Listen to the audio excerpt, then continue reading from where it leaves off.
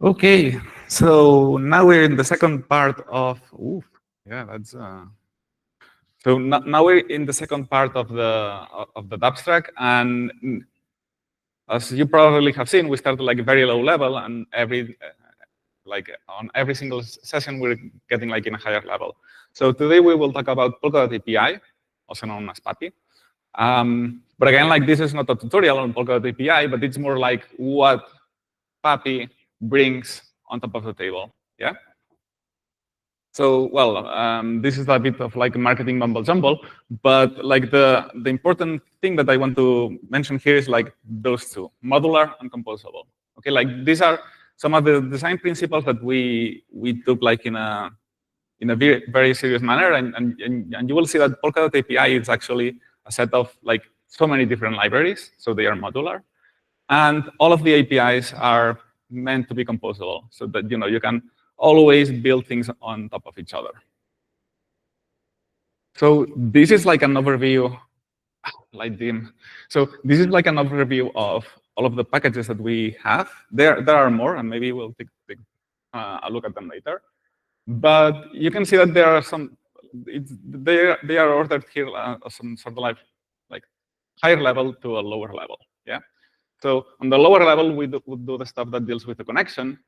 Then we have the substrate client, and this is what we saw, that package that does the correlation stuff and all of that, and instantiation RPC spec.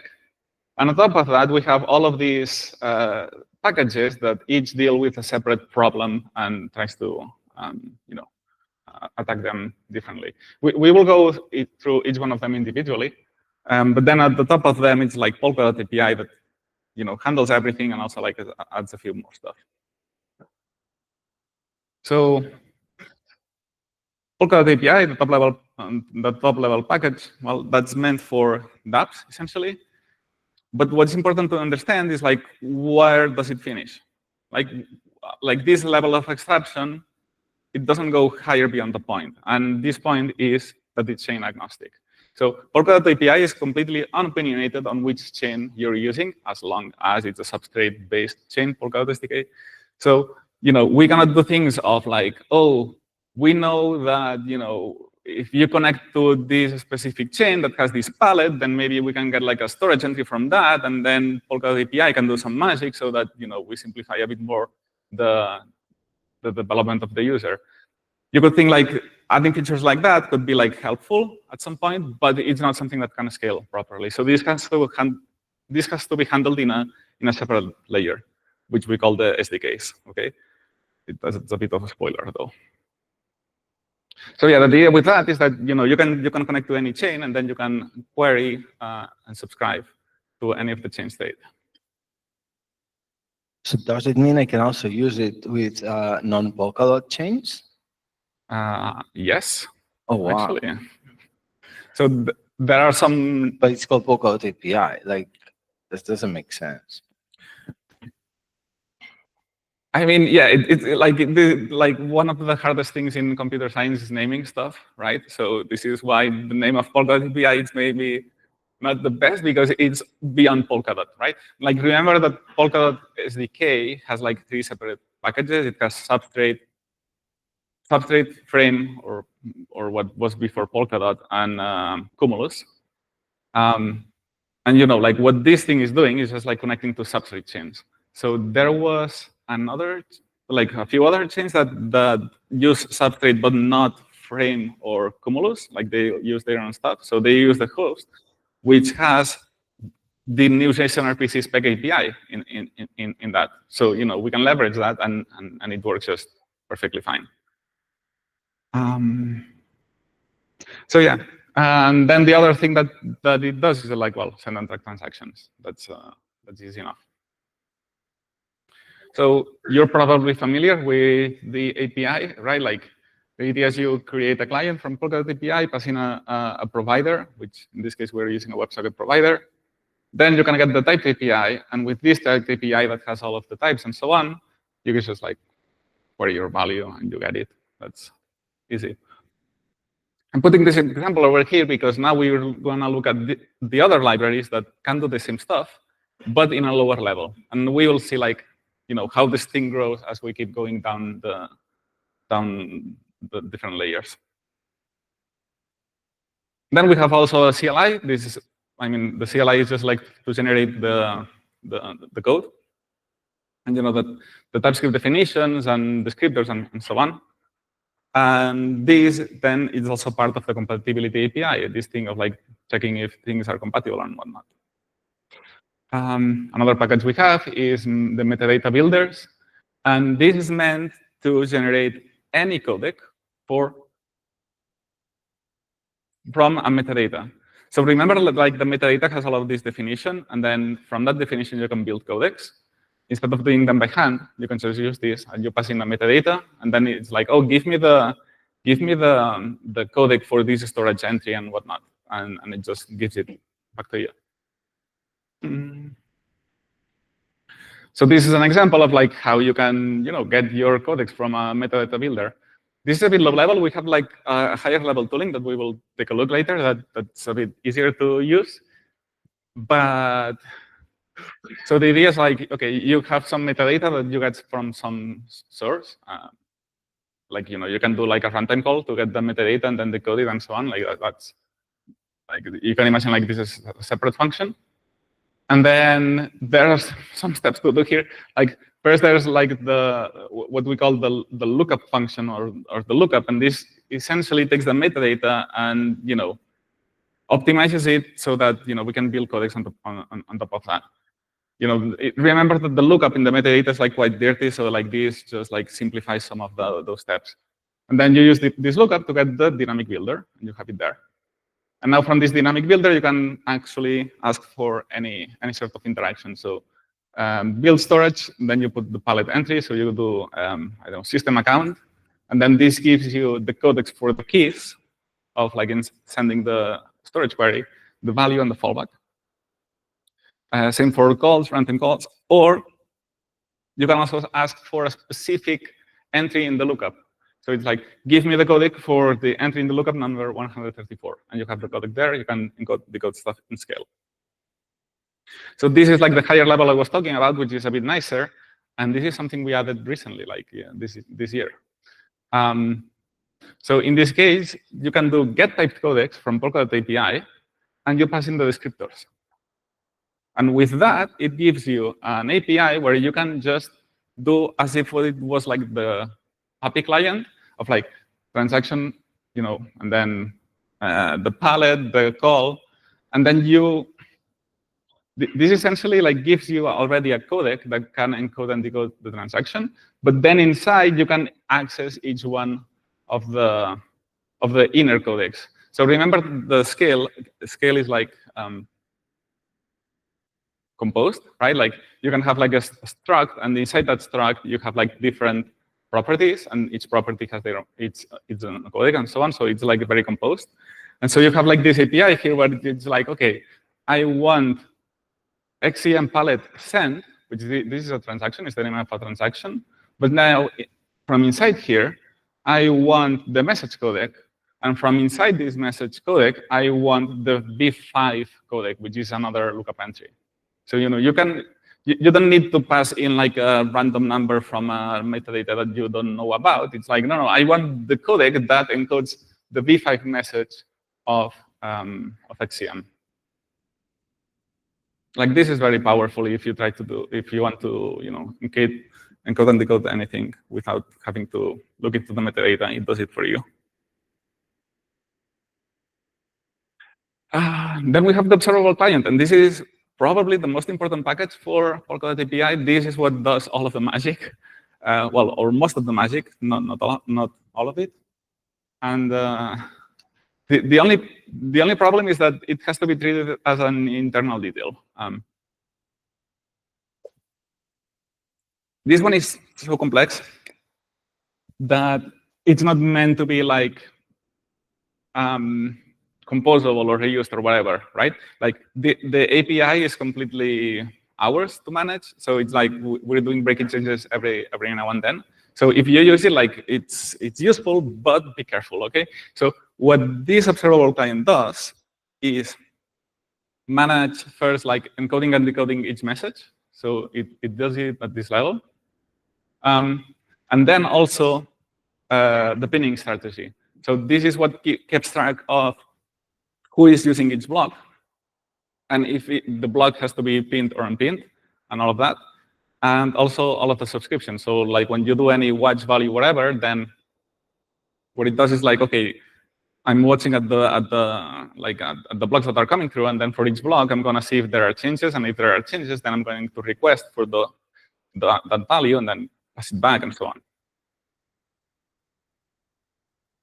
So now remember the example we had before on Polkadot API, which is like, oh, you just like call this system account get value, and you have it.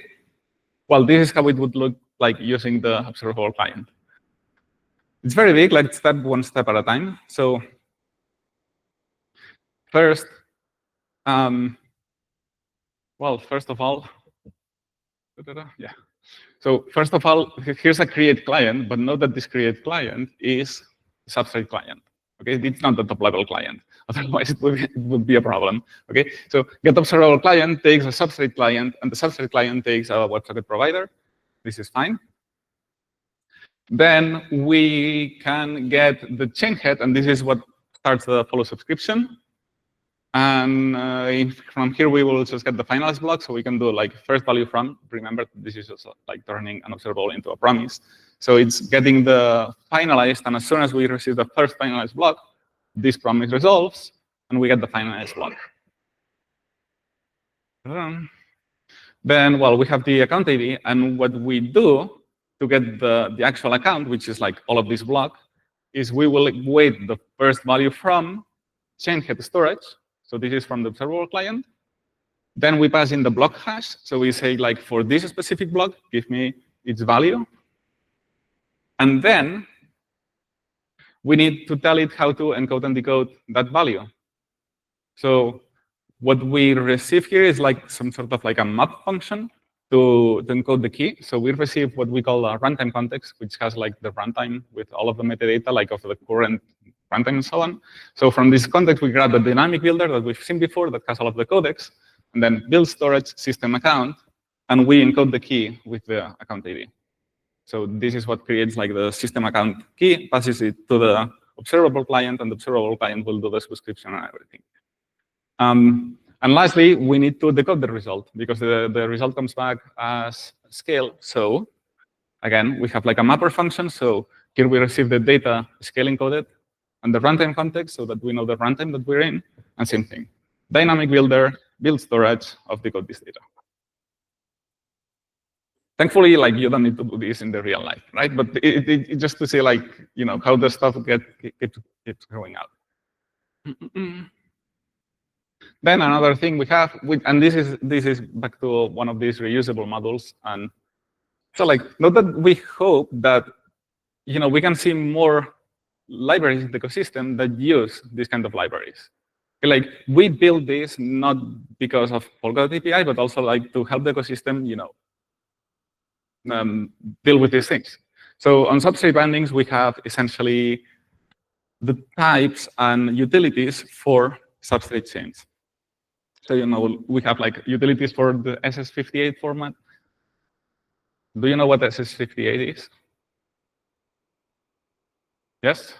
Yeah, right. It's like this account format, right, that uses those. So like it lets you change from one account to another. And then codecs for the block header and metadata, extrinsic, and so on, and also like storage caches and whatnot.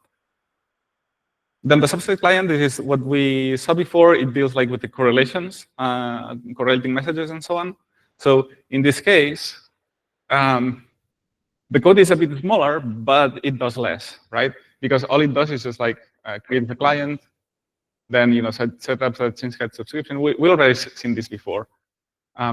And then on initialize, when we receive the thing is initialized, then we can grab the finalized block hash, and we can do like a storage subscription. But substrate client doesn't help us at all with scale encoding. So, you know, here I'm doing like 0x storage key, and it's like, well, how do you scale encode this key? From the substrate client, you can't. So here you would have to do like use the metadata modulators yourself, or the type codecs or whatever. So, like this is like the lowest level stuff, right? But then what you can receive is the scale coded result, and it's a bit the same thing. And lastly, you also have to deal with pinning and all of these strategies, which is a bit annoying. Then we also have the JSON RPC providers, and this is also like another case of this, of like an interface that we're trying, for the ecosystem to use, because this is extremely powerful. And now we will see a bit more examples why. But like something like this, it's everything that is needed to start a connection, really. So a JSON RPC provider is a function that when you call, you will connect, and then you pass in a message callback to receive your messages that are coming from the server, and returns a JSON RPC connection where you can send messages or disconnect. Like this is all it needs, right?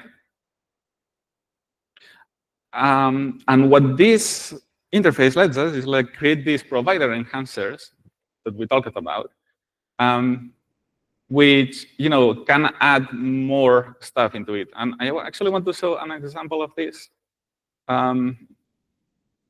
Maybe later, because like I don't want to lose the flow of this presentation. I think it's nice. So like like the idea with this is that you can take this like a basic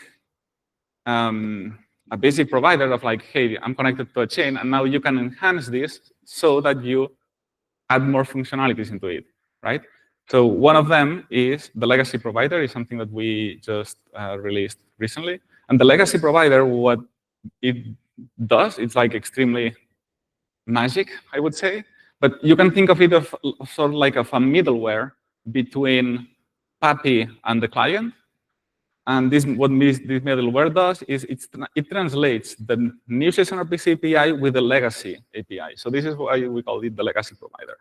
Okay, so all of that. So like, why did we do this? Is because now PAPI essentially can support all chains that have not migrated to the new substrate and have like the new JSON RPC API and whatnot. Now they can use PAPI because you just put this thing in the middle, and with PAPI it talks with the new JSON RPC spec API, and with the client, and with the node it talks with the legacy API. Yeah, and PAPI, we don't have to change a single line of code, which is extremely nice. And then you might be asking like, okay, and what about like if my provider has like extra stuff, right? Like WebSocket provider, I have like a connection status, right? Am I connected? Am I connecting? I want to switch and so on. So the answer to this is that you can always, enhance the interface. So it's like, okay, my WebSocket JSON RPC provider is a JSON RPC provider that also has these properties, and this works just as fine, right? Okay, let's see. Like if we go to Polkadot.js,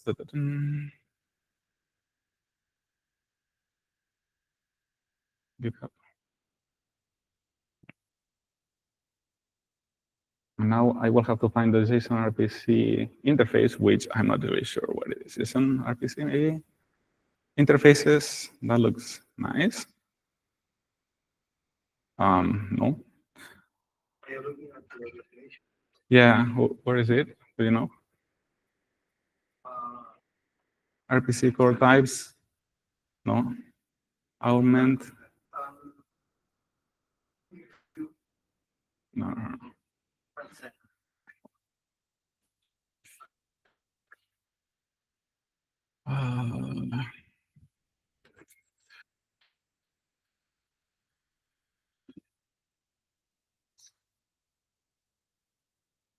I'm pretty sure like it had like the same name, but maybe.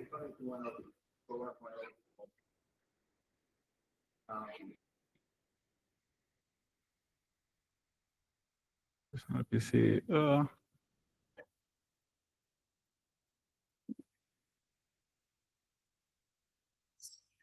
I can't remember.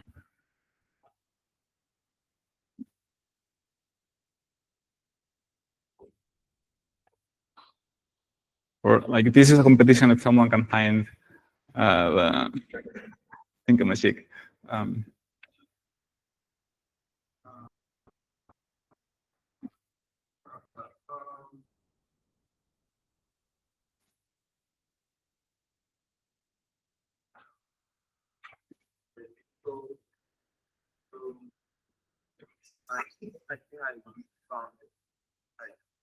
Where is it?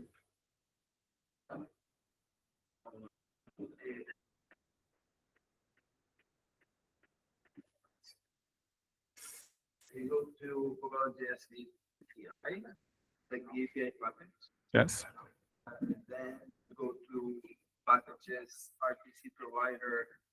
Hmm.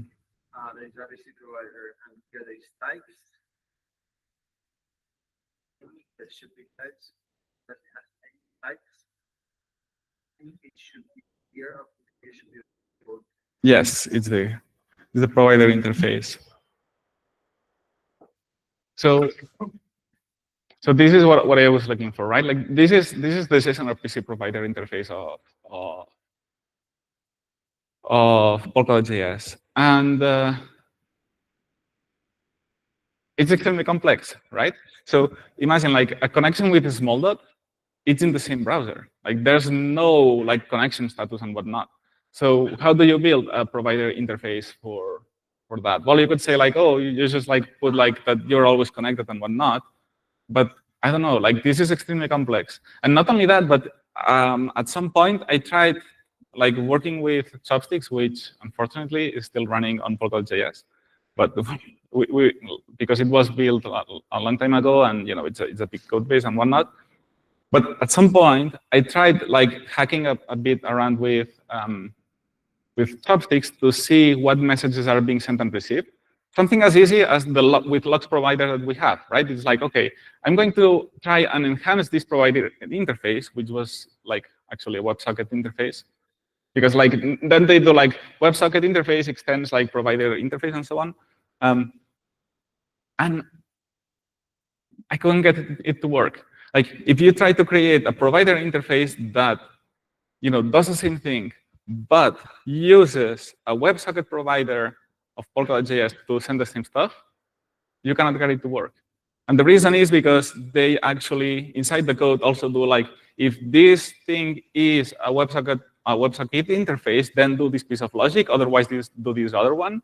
And then my enhanced version of WebSocket essentially was not into that piece of logic. So it just didn't work. What I had to do then is like hack into Polkadot.js, like on my local machine and so on, and change the WebSocket provider so that it logs the messages. I can tell you, it's not a good experience.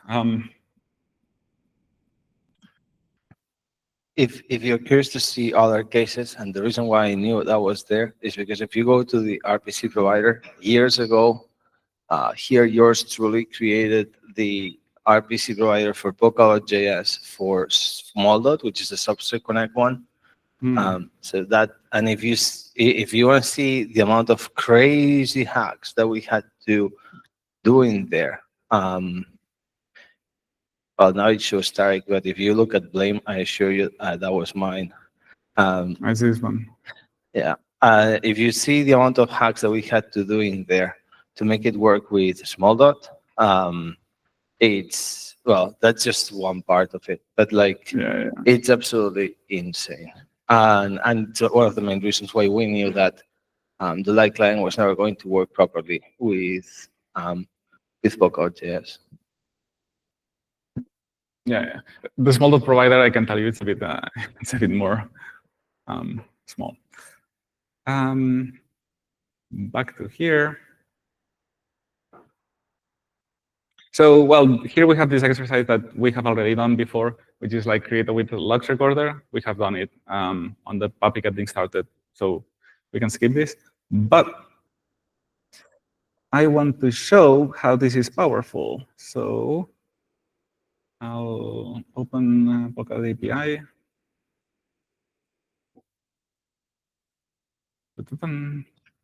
So one of the things we have here is this is what I want to do is the compat, SDK compat. Where is it? Compat here. SDK compat. It was inside JSON RPC. Sorry about that. So remember that we have like this with Polkadot SDK compat enhancer that we said like, oh, when you use a WebSocket provider, you maybe want to use this method over here, because many nodes are using like buggy versions of Polkadot SDK that have like some problems with the JSON RPC spec, and with this we fix those. So this is the code for with Polkadot SDK compat. And what it does, as you can see, is essentially merge each one of these fixes, which each one of these is also a JSON RPC spec provider. Okay, an enhancer. So with numeric IDs, if we look inside here, you see like, well, this is a bit of an optimization, is that, on the JSON RPC provider interface, works with strings, like it's completely unopinionated. So because here we're like dealing with all of them, stringifying and parsing and stringifying and parsing would be. So what this thing does is like, okay, I parse it just one time, and then I just like use the parsed version, and then at the end I just stringify it. But essentially what this thing is doing is just like, a regular JSON RPC provider. The only difference is this one, right? That it doesn't use strings, it uses like an object. But now what you can see is that this thing, so with numeric IDs, is that there were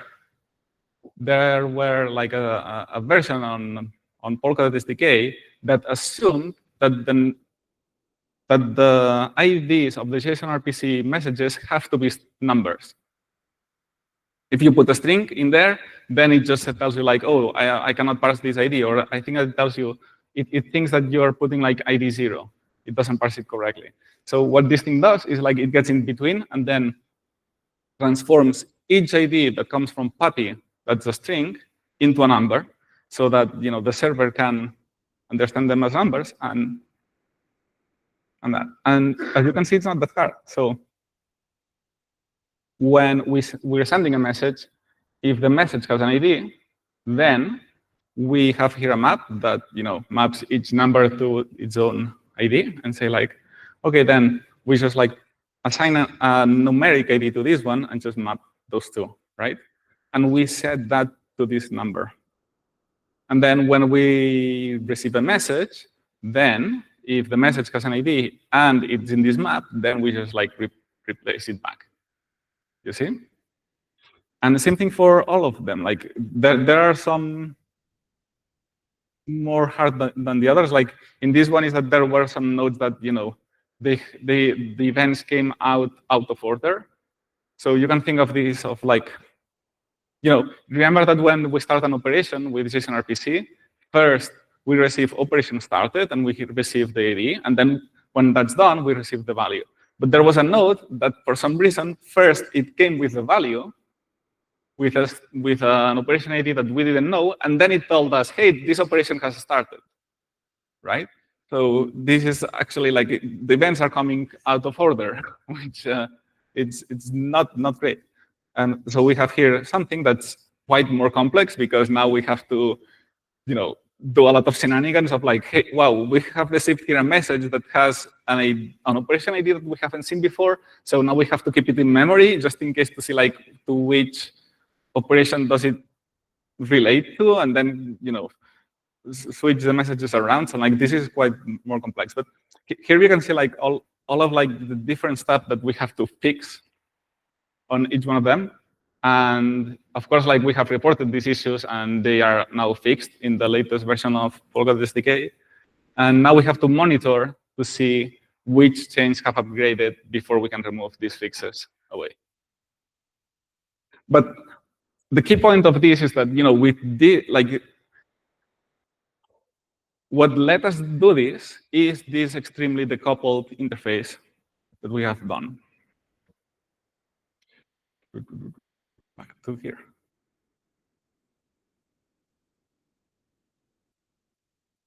All right, now I will have an exercise for you. So at this point in the presentation, like in the last cohort in Lucerne, here is where we would talk about observables and subscriptions and all of that, okay? The only thing is that we already talked about this yesterday, but we only have one specific exercise, which I think it's nice. Like yesterday, we did some exercises on dealing with real-time data and observables and stuff, but this is a bit more complex of an exercise. Okay. So this says find the referenda where a specific account voted in the same direction as the current outcome. Okay, so remember that in Polkadot we have like a governance system, like with referendums and all of that, and then people can vote for these referendums. Yeah. So the question is, we have this account, it says 58, and the question is for track number 33. So like in these governance systems, like referendums are categorized by track. 33, I think it's medium spender, so it's like things that spend like a medium amount of money.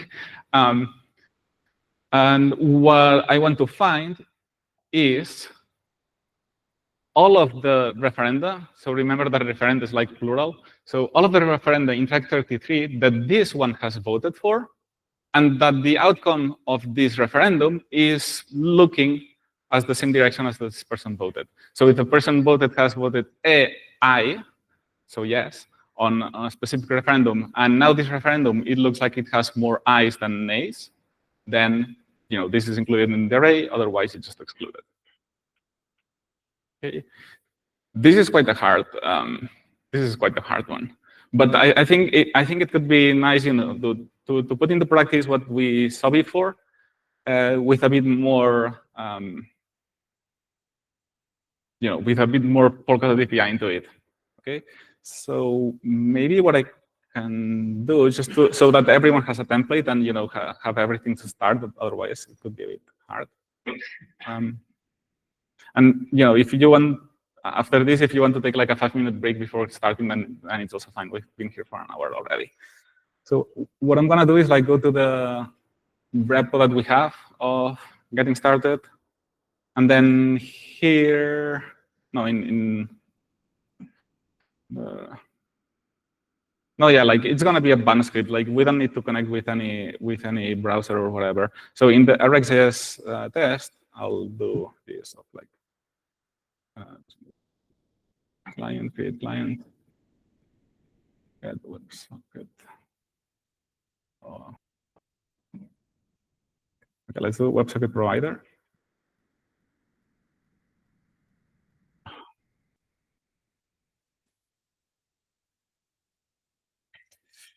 WebSocket provider, web. Hopefully you're using a Node 22 or bun, get WebSocket provider. Otherwise, you will have to change this to Node. WebSocket provider, off. And I would say pick one of these. Let's go, but we don't crash this one. API dot. And now we have this account. So const account, it's that. Const track, it's 33. And my idea here is to get some sort of like observable of this thing. So referenda with same outcome, something like that. And here you will have to do some magic. Like spoiler, it will probably start with type API. Well, you have it here, right? So there are two palettes that are, so this is also like to help you a bit, like not, have to understand all of the governance system, but in conviction voting for, you can ask this account on this track, what is it voting? On which referenda is it voting? And it will give you like a list of referenda IDs, essentially. And then you can go to referendum info for, and you can get like a value, or like if you want like to fetch multiple referenda at once, and you can do get values of this number, of like this ID, and it will give you the referendum info for that. And in that, you will see. So in this, you will get the vote. So you will see like how which direction is it voting for each one of the referendums. And in this one, you will see this referendum, how many A votes have and nay votes have. So let's copy this over there.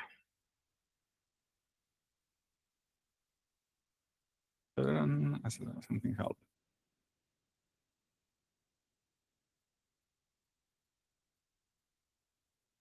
Add.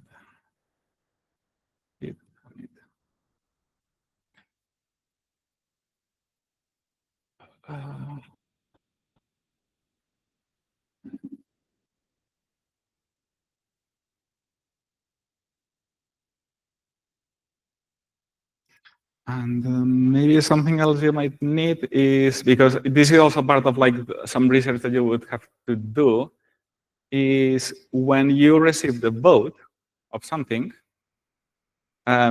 remember that the vote is one of these types that, it's all like squashed in. So like we have one bit for the direction and then the other 3 bits for the conviction. So another thing I can give you is like get vote direction of some vote, which is a number, it's a U8. So if the vote has the leftmost bit set, I think it's A. Otherwise, we will change it around. I'm not really sure. Otherwise, it's nay as const. Okay, so this way you have here a function that, given a vote, you will receive if it's A or nay. Yeah. So then get vote direction, and you have it now in the main. Well, just now you have it in the main branch. So yeah, I would say let's take up to the break for this. It's a long exercise. Or like when you're done, just tell me, because if you finish like really quickly, I'm not sure how long you will take to finish this. So when some of you have it done, then please tell me, and when most of you have it done, then we can correct. Yes. Let's go.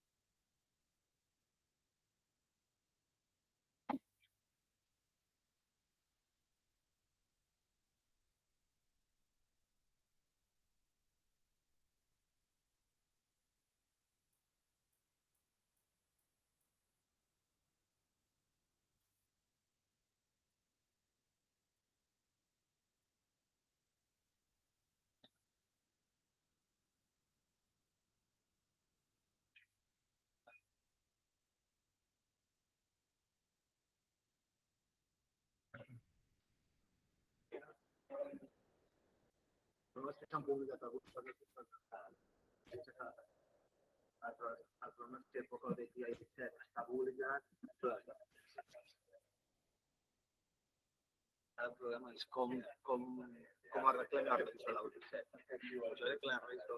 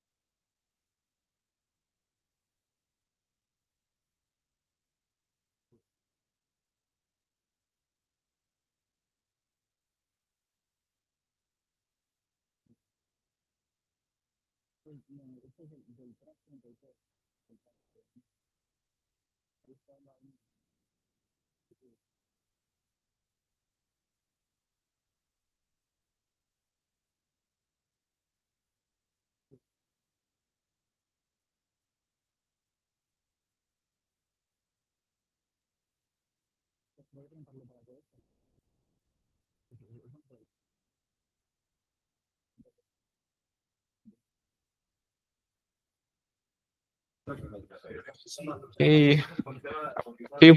A few comments is that now we're dealing with a broken release on the latest one that we just released this morning. So if you try to like install Polkadot API from scratch now, you will have like problems like resolving packages.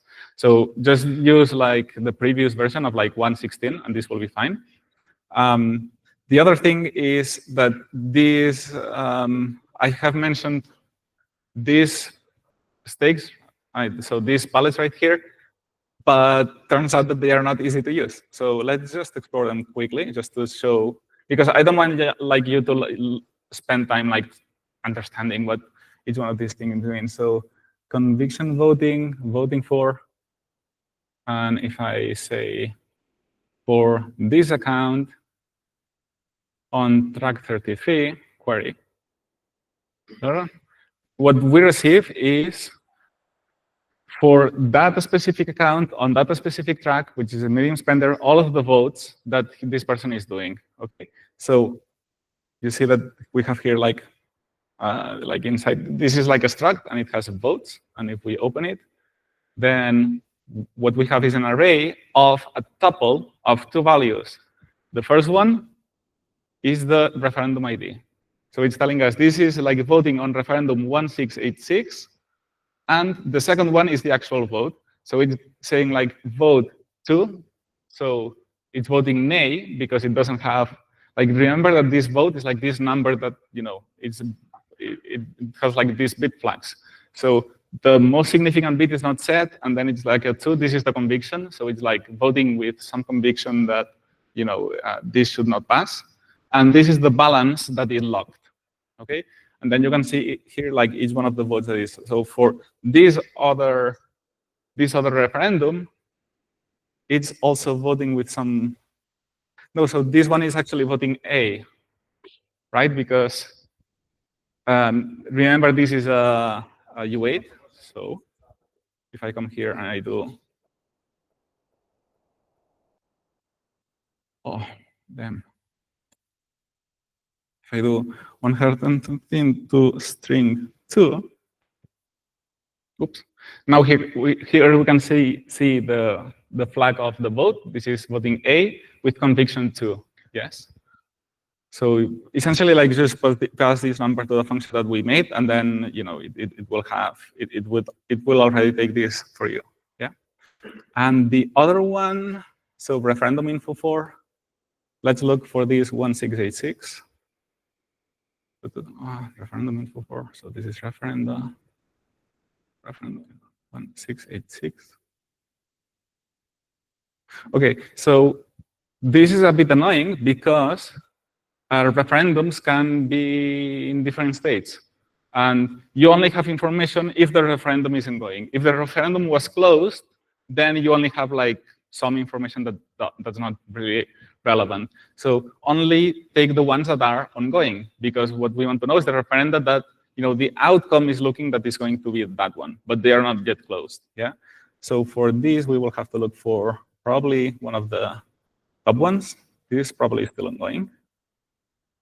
Query. No, so this one is timeout. Please tell me that we have some. Otherwise, I will have to look. Oh no, like this one isn't going. And now you can see that if the referendum isn't going, now we have more information. So we also have like the track, the origin, and what it's gonna call and so on.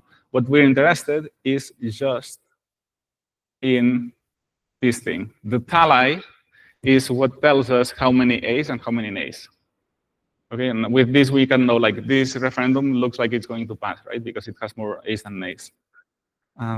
But like each one has this like property, like this is an enum, and if the enum is ongoing, you have all of the information. If it's something else, you don't have too much information, so just like ignore those ones. Yeah. That's and now that I think that this is everything you need so far. Yeah. Thank you.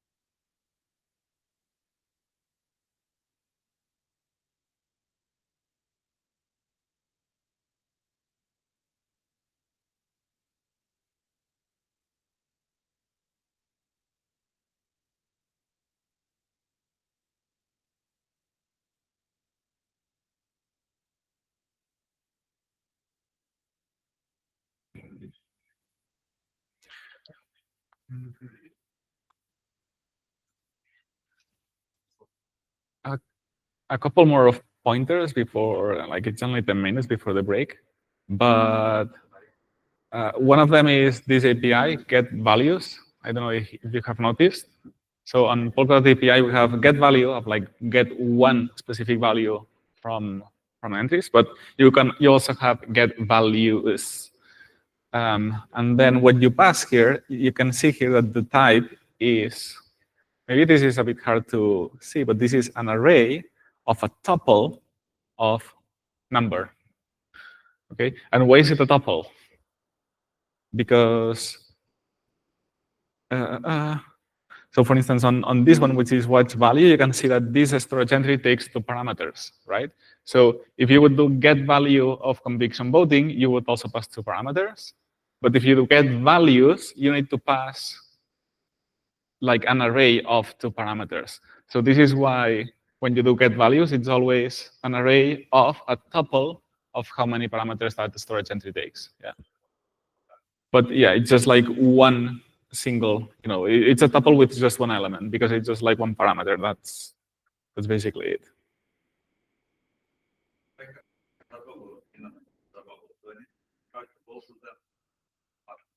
You have to flatten them out, yes. So remember, well, yesterday, no, like the day before, on the last session, we saw that there were some flattening operators. We had switch map, concat map, merge map, and exhaust map. So you can use the best one of these for this occasion, right? I will not spoil it just yet. But remember to apply like the concepts that we mentioned in the previous session.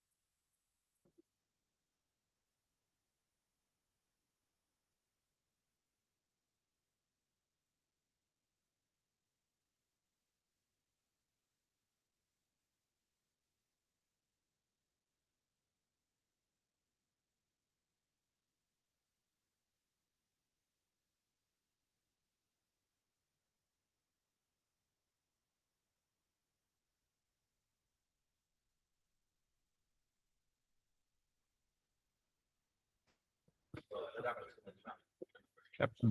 There's coffee outside if you want and some snacks.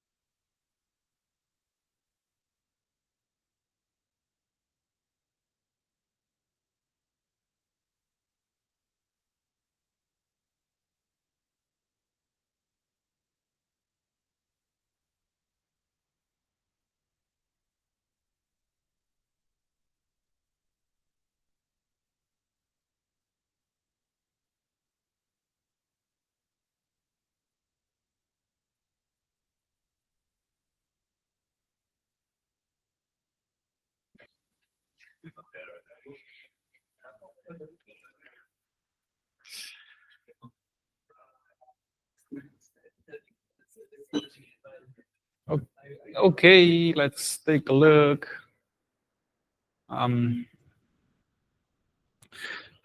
Before we start though, when I talked about like a general feedback about the assignment and all of that, there's also another thing I forgot to mention, which is about the SDK's extra stuff. So like remember, like there was like this thing which is like the base requirements. You have to meet those, okay? And those like SDKs, tests, and so on, like this is extra stuff if you have like spare time and so on. We had too many people also first working on the SDK before the actual thing was essentially done. But also the SDK was one, overcomplicated, or two, not really meant as an SDK. Some people used it as just of like a place of like putting a bunch of functions in and hoping that that's the best thing. But what we meant with an SDK like library is that you need to think of like what is the boundary that you want to understand, like of that specific package that solves one very specific problem, which is like, I don't know, like finding the API for the different sorry,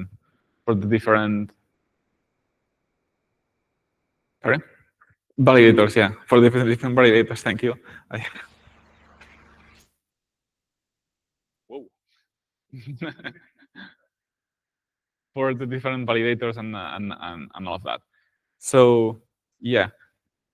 For instance, like just to give you an example, like you would never put a React hook inside an SDK, right? Like, well, maybe like if you have an idea of like creating, I'll do like some sort of React library that does that for you, but usually that's not a very good idea because then you don't let other users that are not using React of using your stuff.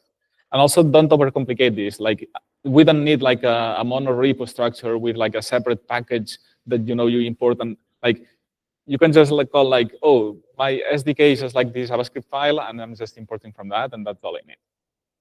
There are questions there. Yeah.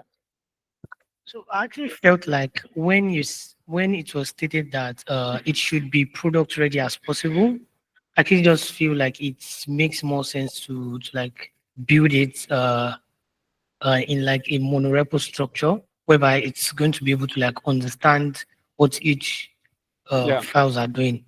Yeah.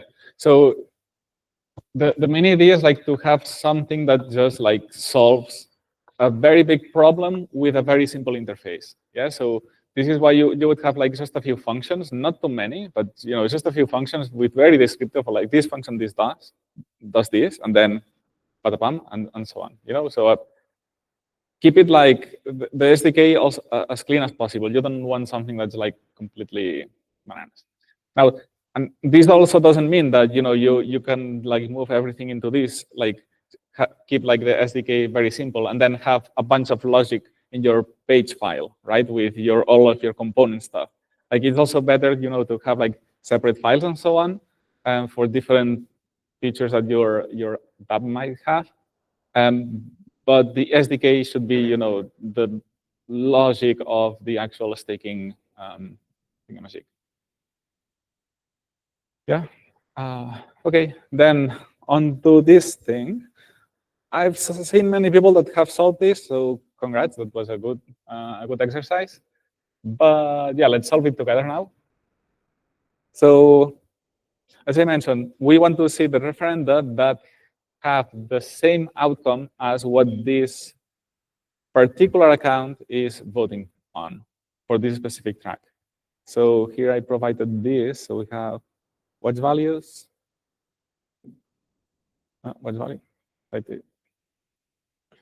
Type API, query, conviction, voting for. Now we have the account and the track. And here is what some people struggled a bit with, which is like, can't I just subscribe to this?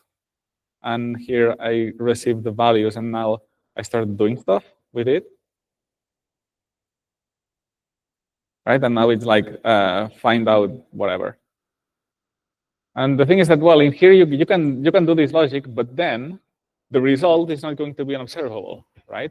What this thing is going to be is a subscription, and a subscription doesn't have any state. You cannot say like, give me the value for this subscription. So in here you can do this logic, but then you will have a problem of, okay, now how do I get the result out so that other people can look for it? So this is why we instead do pipe, and then here we do some sort of mapping and thing. And because we know that this map function is going to be asynchronous and we will deal with stuff, then we have to use one of these operators. Yeah. So in this case, which one do we use? Switch map. Go and switch map. And here we have our result of like, oh, let's give it a name. This is the vote information. And here we will have to return something. I can remove this now. So first of all, let's explore this vote info. It's a conviction vote voting. So this is an enum. And if we do vote info.type, we can see here that there are different types. There's casting and delegating. This is something I haven't mentioned when I was talking about votes, but is when you want to participate in governance, you can choose like to vote yourself. So you can vote in individual referendums, or you can choose to delegate your votes to a different person. Now, delegation, like, it's a bit complex. So what I'm going to do is, like, if it's delegating, I'll just like return something I can do is there's a constant in RxJS that's empty, and it's just an empty observable. So it's like, yeah, I will not return anything in that. In the case this person is delegating, which is not. Otherwise, vote info value. Now we have votes, and within this vote we had votes. We had this tuple where we had the referendum ID and then the vote it's going to. So what I'm going to do is like put some, like get a better structure on this. So this is an array. I'll map this thing, and the first is the referendum ID, and the second one is actually the vote. So now I'm mapping each one of these values into something I can read. So it's referendum ID, and now on this vote we have like, yeah, that's another complex stuff. That's very interesting, because if I do vote direction, like what I want to have is like, okay, for this referendum, this is the direction of the vote, but this is actually another type. That's annoying. So that's another thing. Like when you vote, you can vote like different options. You can say like, oh, I want to vote multiple branches of like, I'm not really sure why that would be the case, but you could say like, I want to vote A with this weight, and I want to vote nay with this other weight. So I want to vote both of them. Or I want to vote A with this weight, nay with this weight, and abstain with this weight. Let's just do standard vote, because like in this case, it's like, what are you even voting?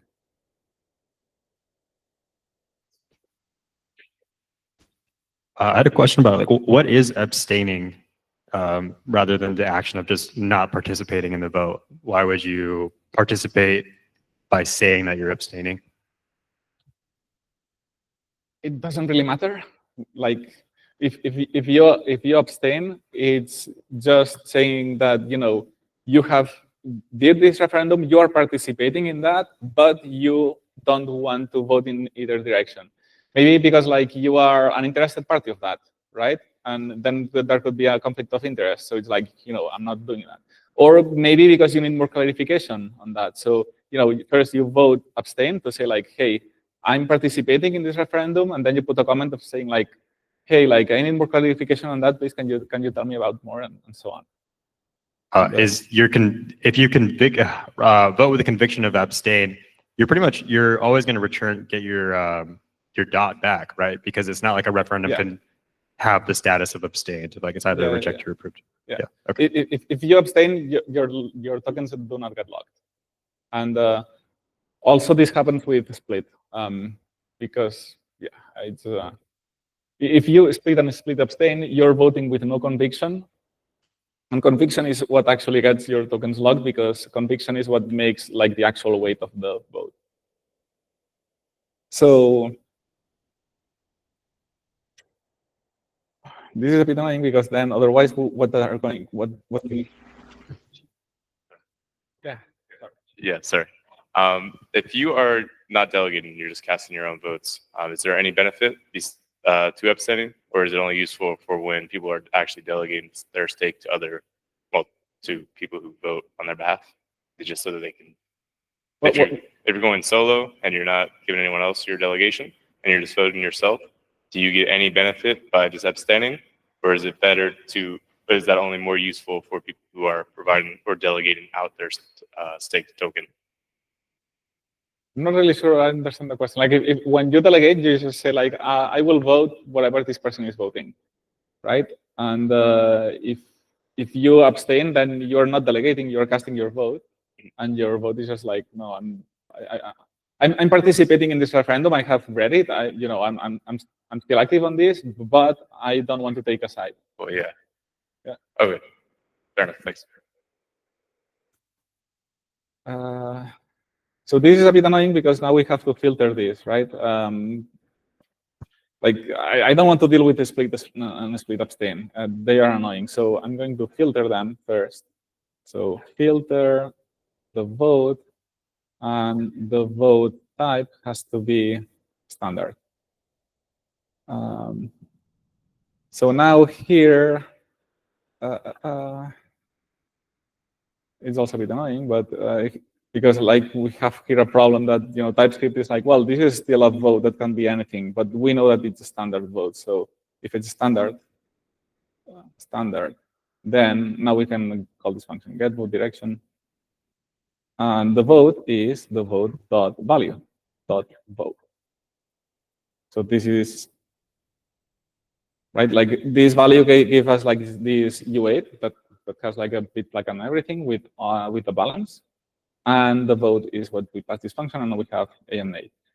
And just because TypeScript, we will say that, otherwise it's just A. But we know that this cannot happen, right? Like, this is unreachable.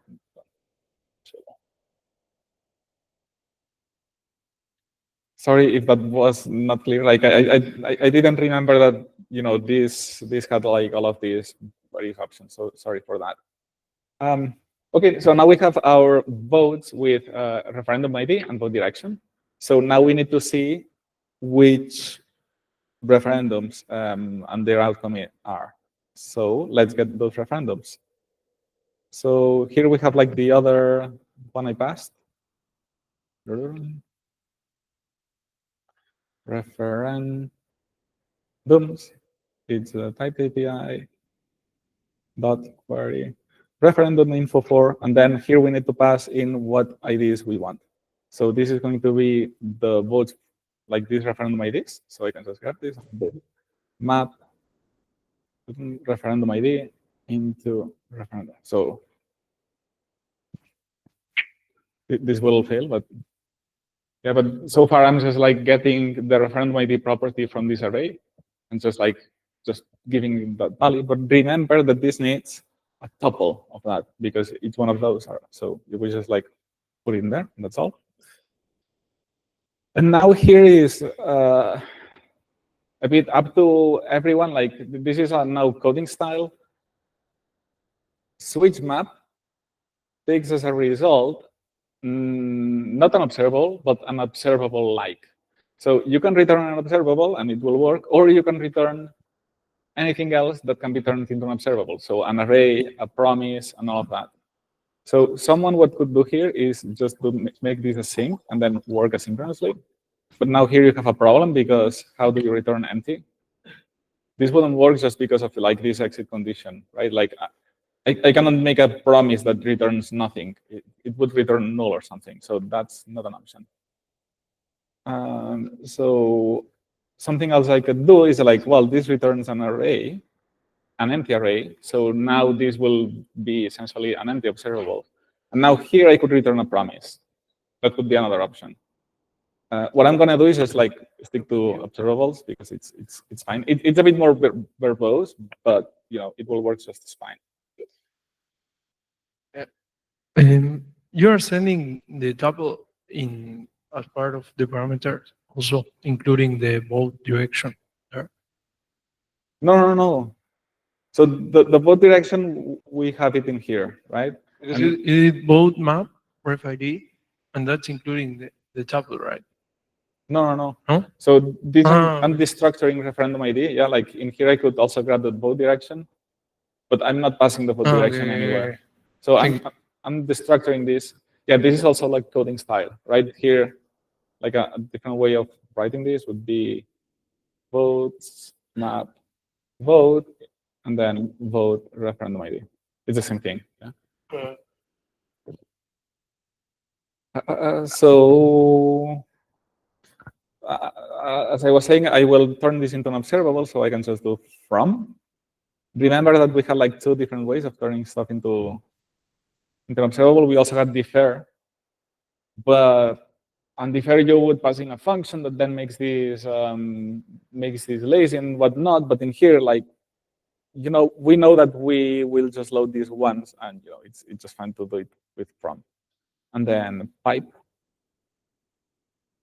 and here we receive each one of the referendums. So how do we do this? What do we want to do now? What we will want to do is, so we have here all of the referendums, so it's an array, and we want to filter those referendums that are in the same direction as the one we want. Okay, first, what we will do is just filter out the referendums that, they are not ongoing, so referendum, so let me give you referenda. Filter, and then referendum type, it's equal to ongoing. So now we only have filter, and now referenda.map. Let's see if this actually got it. Probably not. Oh, it looked like here. I think the TypeScript is smart here, and it's like this referenda is only of type ongoing, which is extremely nice. Okay, so now first what I will do is just clean up this big type that is like too big for me to handle. So what I will do is just, there's another problem here, which is really interesting.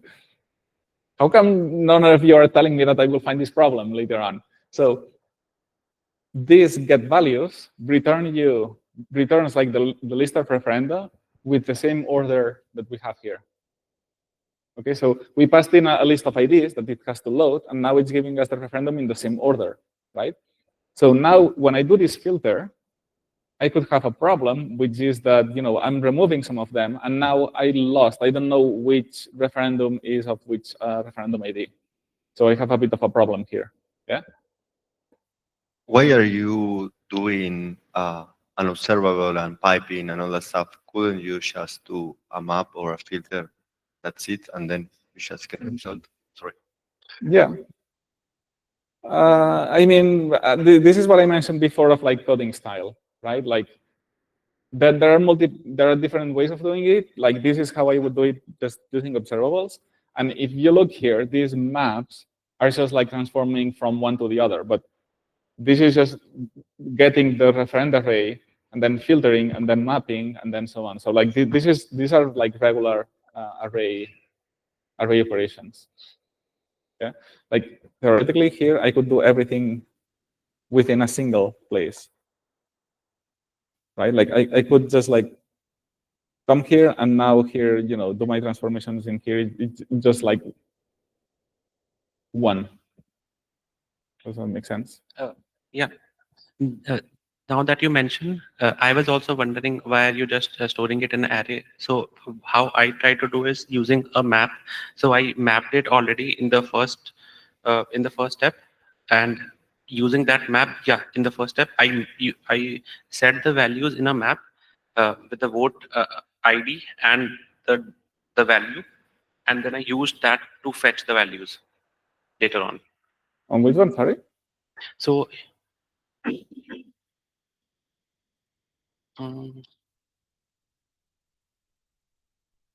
where are we storing the value? Here. Yeah. Console. So yeah, like another thing you could do is what I think you're going this way, which is like, well, I have here my list of votes, so I could just do vote map, and then for each map I get there or no. I'm storing it in a hash map. I created a vote map, so I'm storing the ID with the value that the person has voted for. So later, I am not passing the array directly, so I am creating the array from the map, and then I'm passing it. So dot keys, dot keys. That's how I'm passing it, and later I'm just querying, looking up from the map. Okay, I think that would work as well. Yeah, like again, like there are so many different ways of like solving this, and all of and maybe like this is not the most pragmatic one, but it's like pure observables and the stuff with that. And don't we have just a bit of overhead of just switching to observables? There, like the promise. Yeah. Yeah. Okay. Like probably like if I was to implement this, I would just do it again like a bit more in a more pragmatic way. Like if you want, we can try and do more pragmatic if you don't mind about just wondering. Yeah. Thank you. But that's cool. Like again, like in here we could actually do this, right? Of like, well, because now we have this problem that now I'm missing this ID. Then first I have like, then I'm gonna lose everything. Yeah, this is not going well.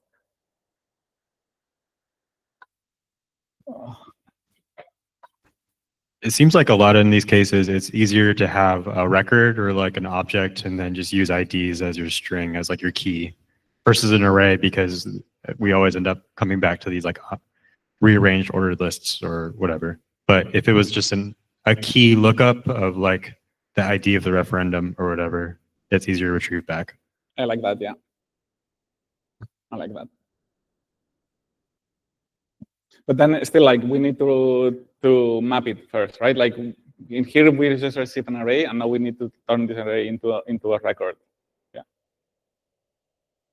Like that's a bit the. You could use like a reducer of the array, and then you start with an empty object, and then in your reduce function, you're just like sticking per key all the data you need. Fine. Yeah. I think it's Let's do that. But then, so again, let's grab the referenda. Now here we're just gonna go the pragmatic way. So const, we can actually just result. Do we really actually need then to create a record of that, or we can just go directly? Let's try to go directly. So the result, what we want to have is just like the list of IDs. So number array. And now referenda.forEach.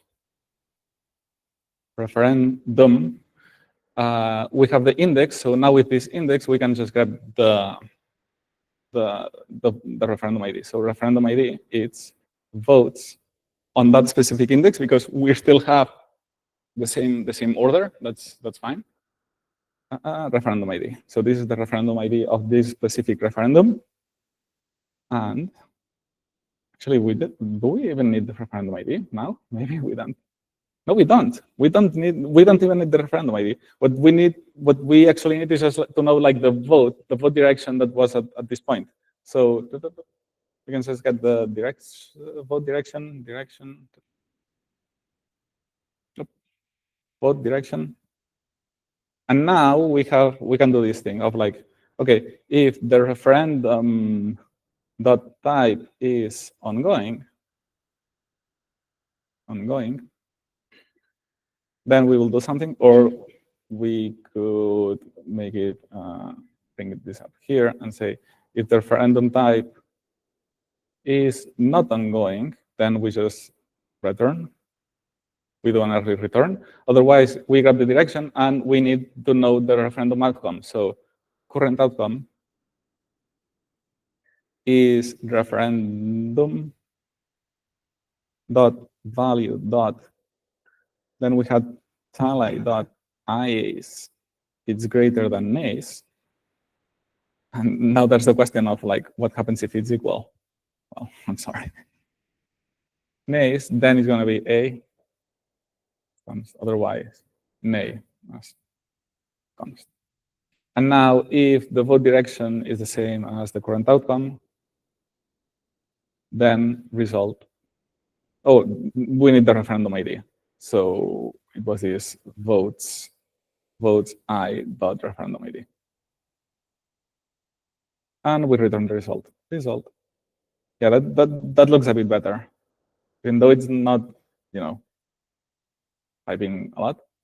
But now we have the actual result. So this is now an observable of number array, which is every referendum ID that we have done. And we just can return this one. Always just return this.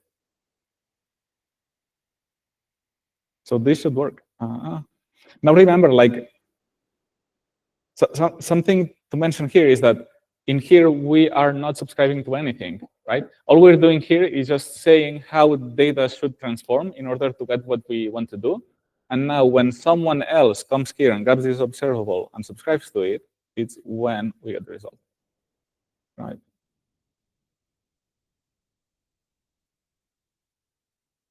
Run subject test.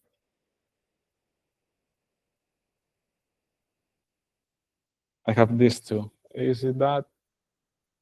Yeah? Did you also get this result, the ones that managed to get it done? Okay.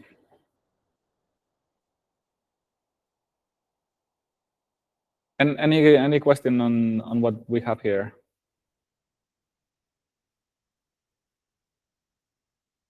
No.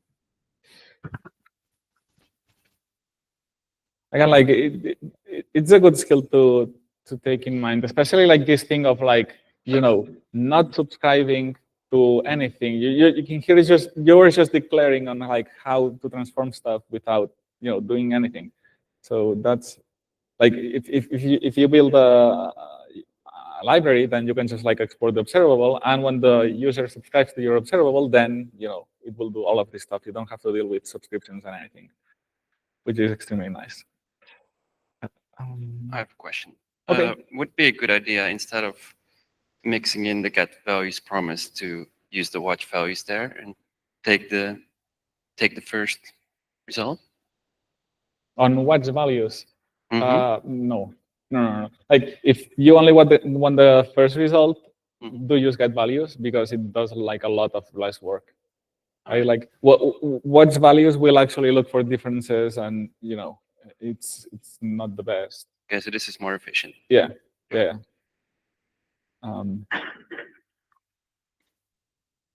Like you could assume that get values is just doing watch values take one, but that's not the case. Like get values, like watch values is doing a lot of more work, which we were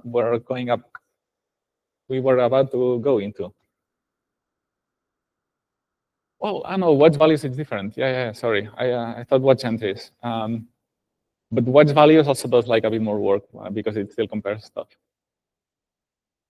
So we have another API, which is watch entries. So remember that there's an API that's like get entries, and you pass in like a partial key, and then it gives you all of the entries. You have used this in the assignment. Then there's another API, which is watch entries, which is like, okay, given this partial key, watch all of the entries that are inside, okay? But this one is extremely complex. And why is it complex? Is because of this, okay? So remember that we do not have one single chain and all of the blocks come in order, right? But we have like multiple forks, and we have a best block that can move around. So if we have a watch entries that just like watch entries in the finalized block, then this is easy, right? Because what we can do is like grab the entries here, like fetch all of the entries that we have here and return them. And then when the finalize moves, all we have to do is like, okay, in this place, do we have any change? And if we do, then here are the entries. Then again. Otherwise, we just do not, right? But now, if you need the entries of the best block, now we have a problem, because this best block can change up and down. And how do we convey what has happened in between each one of these changes, right? Like you could have that, here some values are being added into your entries, but now when we change to another fork, how do we say like, okay, no, you have to undo these changes to later apply those ones, right? So if we think like, is an array of just key value enough? Well, no, it's not, because you need some sort of way of conveying like, no, undo that, right? So the API that we work with is with deltas, essentially. So okay, like we still like pass in like just an array of all of the values, but when you do watch entries of some specific storage entry, you don't get the entries. You get an object that has different information so that you can work with it. So first you have the block info, and I will explain just in a moment why we have that. Block info is just like the block hash, the block height and all of that in the header. Then we have another object that's called deltas that has two properties: the keys that were added and the keys that were removed on this specific change. So this way, like, because like when you do like a get entries, like you get like I don't know, like a 2000 array or something like that. So usually, like if you're watching entries, it's like, is there any new value? So this is how we say like, yeah, this value has changed. Otherwise, we go back. And just for ease of development, if you still want to work with the 2000 array, then you go with that. Why do we have a block info? Well, because when this thing changes and go, like the best block can change like at any time, right? Or even the finalized can do like 1, 2, and 3. Like for some reason, it can every second it can move around. And checking if values have changed can take a lot of time. It might not get a lot of time because like we essentially just check for the closest Merkle value, and if it's the same, it's like, oh, nothing has changed. But if it has changed, then we have to detect which value actually has a difference. So this is an expensive operation, and it can take a lot of time. So it could happen that we tell you, for this block, we have these changes, and then you receive another update later on that skips over some and that tells you, for this block that now became finalized, there's these changes. But we didn't tell you what was the state at this point in time. So this is why we have like this block info, so that if for some reason you want to know if there's a skip, then you can have it. Something to note is that this API, we also tell you if there was a block that there were no changes, then you will still receive a notification of like, for that specific block, and deleted and observed will be empty. It will not have anything in it. And then, and then values will have whatever it had before. I don't have any practice on watch entries because it gets quite complex. Like in here we have get values. We could do here like, no, sorry. In here we have like watch value for one account. We could do watch values for all of the tracks. What? Watch entries, sorry. Watch entries for all of the accounts. And yeah, it gets more complex because as you can see, like now vote info is like this massive object, and the way that we could do this is just like, okay, we just take the entries, all of them, and we just do the same thing again. But this is not very, very efficient. It's an advanced use case. I don't want to go overboard on this. But yeah, the way we should actually work is to make it efficient is just work with the deltas. So just look at the referendums that are created and the referendums that are destroyed, and work with that. But I think it's a bit out of scope of that. It's just to let you know that Polkadot API also like has these watch entries, and that you can work with it. Yep. Now into another section. Let me grab a drink.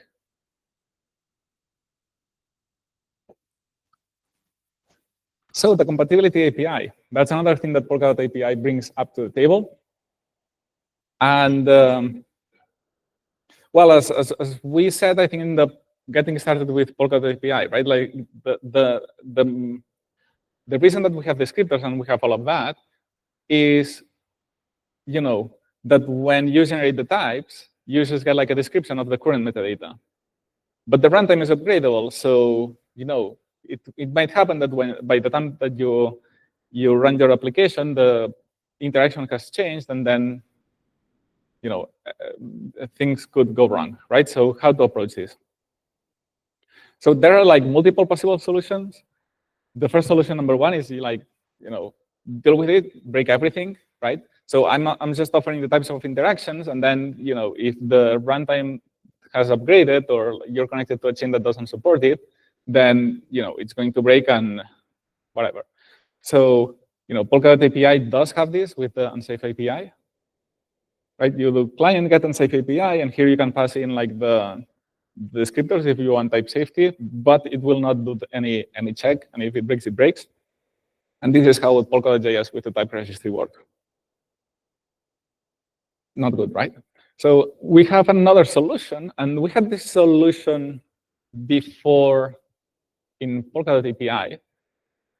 Not anymore, though. So what this solution says is that the idea is that we can take a look at each of the interactions, look at their shape, and get a checksum of them, right? And now, when we connect to any runtime, and there's an interaction going through, we can calculate the checksum of that specific interaction. And if they are different, then we know that something has changed. So we tell the user, hey, be careful, like this will break. And you can also do runtime upgrades and everything of that, right? So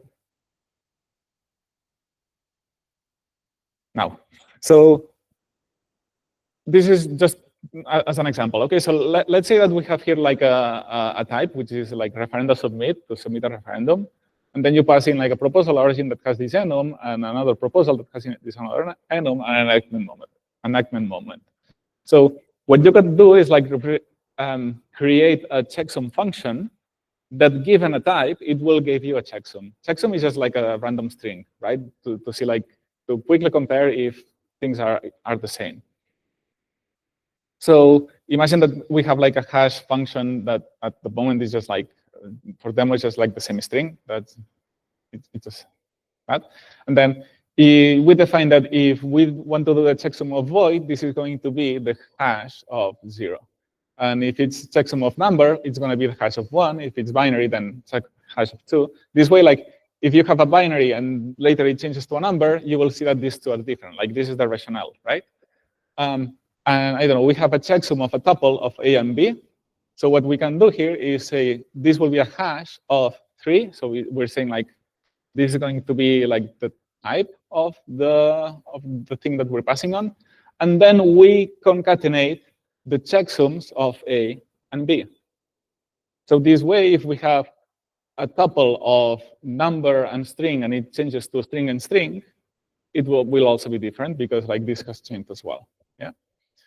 And same thing like for an enum and for a struct, but then we just go for each property and so on. So the idea here is that now if we look at the checksum of proposal origin, what we have is it's an enum, so it's a hash 4 of big spender, 0 medium spender. Like it's one of these things, right?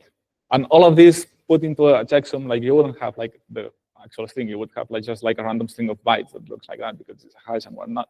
But with the idea is that now you can say this referenda submit has this checksum.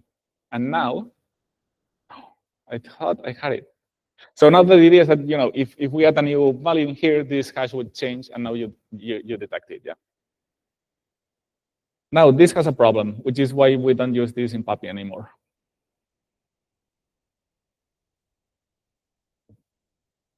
Yeah. Okay, sorry. I thought Okay, yeah. So the problem is that, if the checksum, like the checksum changes, if anything in that interaction changes at all. So to give you an example, right? Like if we do like a system remark and the system remark changes, then we have a different checksum and it's a different interaction or something. Like this looks like it would work. But think about what happens to utility batch. Utility batch is a transaction that you use to make, like to batch multiple transactions into one, right? So it's a transaction that takes other transactions. So the problem that we had with this solution is that any single time that there was a runtime upgrade that made any change to any single function, to any single transaction, then utility batch would become incompatible because the checksum would change. You see? Like, there was like a transaction that changed, and it's like, okay, like that transaction became incompatible, right? But this caused that using this solution, that would just like, you would not be able to use utility batch to do a transfer, which would have worked, right? So yeah, it has this problem that, you have cases where, there was a runtime upgrade, and now some of the types you cannot use because it's not great. So we came up with solution number 3, right? This is broken. Anyway, like this should not be here. Like this was part of the previous slide, which is what I was looking for. Like if we have a new change. Anyway, the solution number 3 is what we have now. So it's, let's create like a type that, has all of the definitions of the chain, and at the moment that we have generated them, and then on the runtime side, now all we have to do is actually check for the types one by one. So this way we can actually see the issues we have. Okay. But there's actually more, because now we have like, if you think about it, like now that we have the type, now we can know why exactly something is compatible or not, right? And to which degree. So we have like these different compatibility levels. We have identical, backwards compatible, partially incompatible. So two interactions are identical if they are identical. I mean, they have not changed anything from one runtime upgrade to another one. One change is backwards compatible if no matter what input you put, the interaction will still work, right? Something has changed, but you can put more stuff into it, and then it will still work. Like an example of this is like, imagine there's a transaction, and this transaction takes an enum, right? If this enum includes a new variant, then this is a backwards compatible change, because every single of the values that you put before, it will still be compatible with the current one. Yeah. We have another one which we call partial, which is like it might be incompatible. So this is why we call it partial. And partial is like the opposite way. It's like there are some cases where it will work, but there are some cases where it will actually blow up in your face. So this is talking about enums is like the opposite way. So if you have a transaction that takes an enum, but now removes one of these variants from an enum, then it's partial, because you can still send the other ones, but if you send that specific one that breaks, now it will break. And incompatible is like, no matter what you do, like whatever you had in TypeScript, now it's completely incompatible with the current one. So, like a string became a vector of U8 or whatever. But now what you have to notice is that now there's also a difference between whether something is used as an input or something is used as an output, right? So this enum example that I said only applies when it's actually an input. When I'm sending a transaction that has that, one of the enums is removed, then it's a partial. But if the enum is an output, is something that we receive, then it's the other way around, right? Because now our types are saying like, okay, this enum has all of these variants, and now the only problem is that we will not receive one of those variants. But I mean, that's fine. We will not blow up. if we would blow up if we receive a new variant that it didn't exist before. Yeah. This is a lot to take in. So here I have an exercise for you that we just like can work now. Like you don't, we're not taking like some sort of thing, but it's like let's have a think about it, right? So if we add a property to a struct, what of the compatibility levels are we talking about? Whether we are sending a message or receiving that message. You see? This is more or less the question. So adding a property to a struct, what is the compatibility level when we are sending the message? Is that compatible? Partial. Why partial?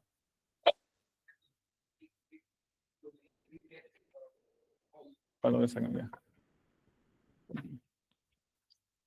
Yeah, partial because we are just adding an additional property. So possibly like all the existing property would still work.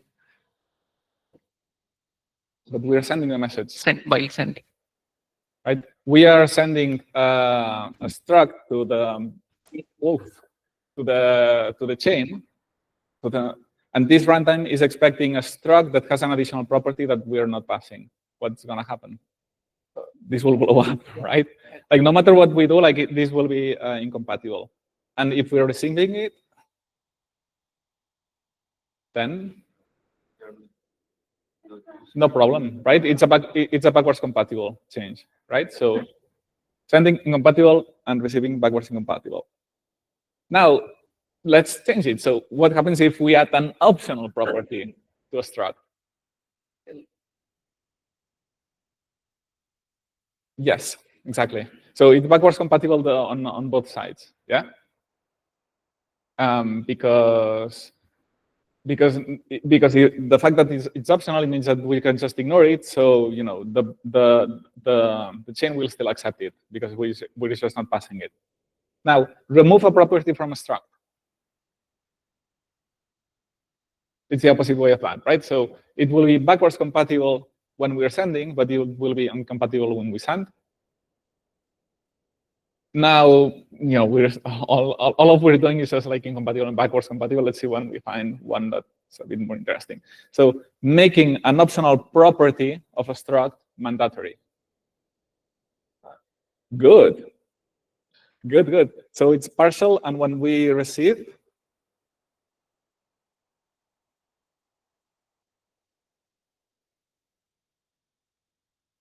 I think backwards compatible. Let's think this through, right? So we are expecting something that was optional and now will be mandatory. So it will be it means that the backend will always send us like that one. So it's backwards compatible. Yeah. But the first one is partial, right? This makes sense. So partial means that, you know, if we were sending this optional property, then it will still work. But if we were not sending it, then it will blow up. Yeah. Now, add a variant to an enum and remove a variant to an enum. This is what I mentioned before. It's the same thing, but with incompatible. Oh, sorry. No, partial, sorry. Partial. I meant. And the other way around. And change the type of an optional property. That's also an interesting one. It's partial and receiving. Incompatible. It's actually partial as well. Exactly. Yeah, if that optional property was undefined, null, then you know we're still okay. But if it had a value and that value was different, then and then of course, like if we change the UA to U128, then it's incompatible both ways. Yeah, because what we had before is a number, and now we have a big end. So I'm changing a U8 to a U16. It would be backwards compatible. Or maybe even like identical. I think it will be the identical. Yeah. That's Hmm. Yes, that's what I was wondering, that if we change U8 to U16 or U32, it should be fully compatible, because I don't know, but I'm just guessing that in JavaScript we are not mapping exact U8 to Yeah. yeah, because it's just a number in JavaScript, right? Yeah, And yeah, yeah. only two options are possible, number or begin, right? Exactly. Yeah. Yeah. So the thing is that this compatibility API, what it's taking in a look, it's just the types of TypeScript. So both U8 and U16 are numbers, and of course you could say like, oh, but the U8, takes like a different range and all of that. But at this level, we do not check that, because at some point we say like, oh, we're receiving a U8, this is a number in JavaScript, and the boundary is at U64 because the max safe number, the max safe integer is 10 to the 53, I think. So yeah, it's just like if we go into 64 range, then we need the begin. So we only make it incompatible if it's like if it changes from number to begin. So now we have a bit of a practice. Sorry. Ah.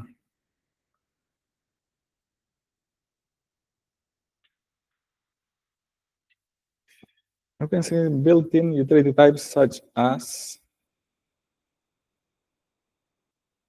command text transformations. I don't know what is that. No.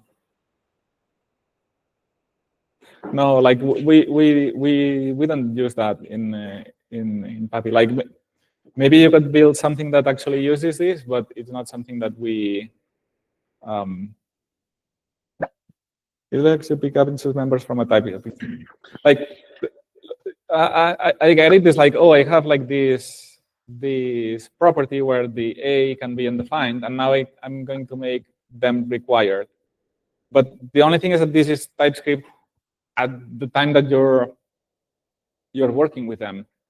Yeah, so it's like, sorry. So it's like when you generate the code, you generate the code of whatever metadata is there. So if something becomes required, it's not something that your code will update automatically. It's how you deal on the runtime, which is now JavaScript, on the JavaScript wall, with the fact that an interaction has become incompatible, right? Or has made something required. But at that point, we're not doing JavaScript anymore. Now we're saying like how the runtime interacts with our dApp. And then if you do PAPI update, I think then you would not do this anyway, because now we read from the metadata again, and then we just update all of our code directly. So let's take a 5-minute break before we do this thing. Like this is not like an exercise again that you have to work on. My idea with this runtime upgrade is the same runtime upgrade that we did on module 1 on fundamentals. We will do it here, but we will actually create a dApp that reacts to this runtime upgrade. So we can see like how we can use the compatibility API to check for this upgrade. Yeah. So yeah, let's take a 5-minute break, and then we'll do that.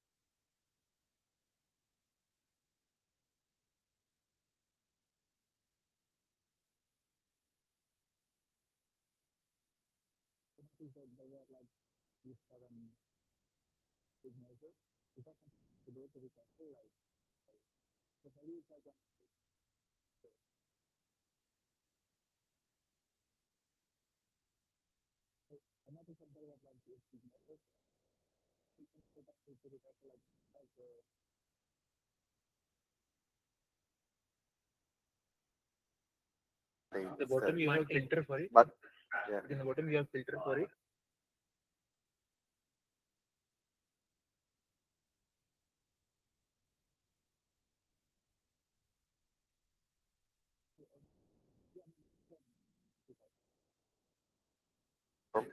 uh,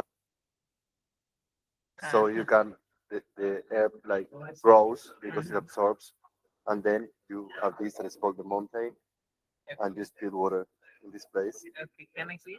Yeah.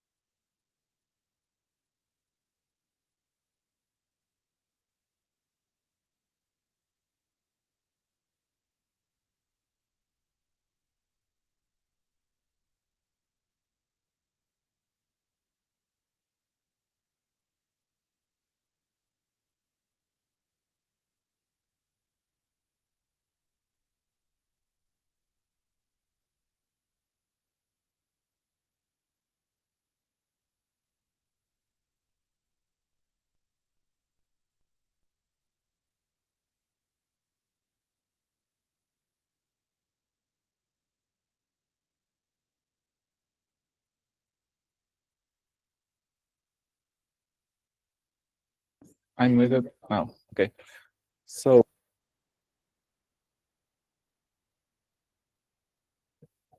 hello. Thank you. So yeah, as I mentioned, what we will do is like the minimal template that we had on model 1. I'll run the Omni node, so that's Polkadot Omni node. And this is just running that server. And I can connect to that from here. So it's localhost 9944, I think. Yep. And if we go to storage extrinsics, we have balances. I think transfer keep alive is the one that we will change. But, so let's prepare that. This is balances lib rs. In here we have transfer keep alive. Yeah. So I have prepared it here. And on that model, what we had is like the remark was an option of evacuate. Now we can decide, like, do we want to make this change like backwards compatible or not? Do we want to be evil?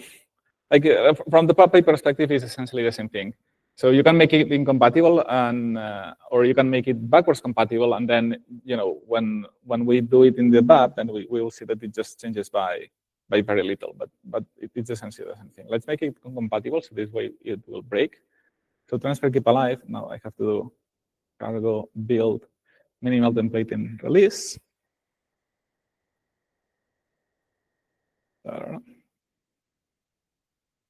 And well, this is generating the runtime, and this will be the WASM that we need to do stuff with. So let's quickly build a dApp that just does a transfer, which is going to be interesting because I'm like completely blank now here. So this is watch Victor build something with Papi. Yay. So we will not use a small dot because we need to connect to a local chain, and generating a chain spec that uses a local chain is not practical. I've tried so many times, and I don't think I've ever managed to do so. So I'm just going to use the WebSocket into localhost 9944.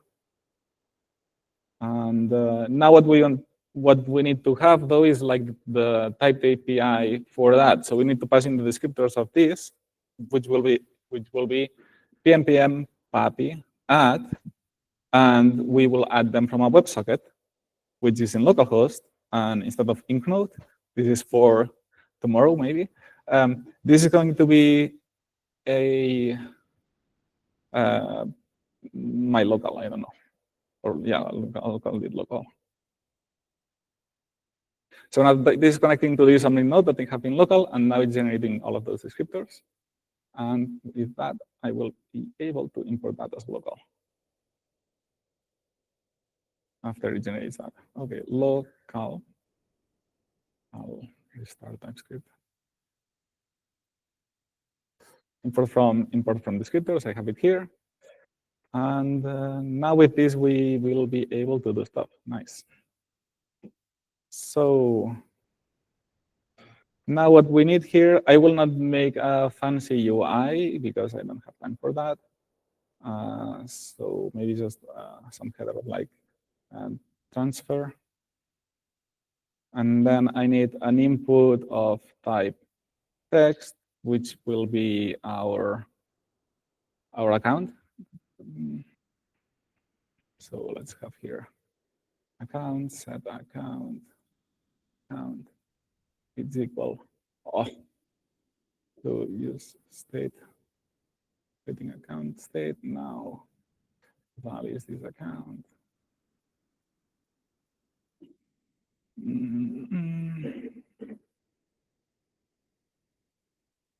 Value. Now we have our account. I also need an amount, which in here you would do like a fancy with dot and whatever, but I will just do blanks. I can't be bothered, sorry. So this is just the amount, set amount, and it starts with 0, and this type number, and amount, and change, set amount to event target, and there's numeric value in here that I can just use, numeric values number, sorry. and then a button. Value submit. So now how we do this is let's just create a regular function. So submit, it's going to be a function, and on this function, we just need to call the thing, right? So we would do type API dot transaction dot balances. You can see here that I only have the ones that I have in my local thing. So balances, transfer, keep alive, and what we have now is just destination and value. And this is fine because at this moment, you know, we're dealing with the regular no runtime API stuff. I just want to try that, you know, I have this working correctly. So destination, it told me that it has to be multi-address. This is just like a type because there are some chains that deal with multiple addresses, and you can say like, well, I'm sending it with an account ID instead of like an Ethereum account or whatever. So multi-address ID, and I pass in my account, and here you do validation, whatnot. And the value is going to be a big int of my amount. And yeah, I'm losing precision, whatever.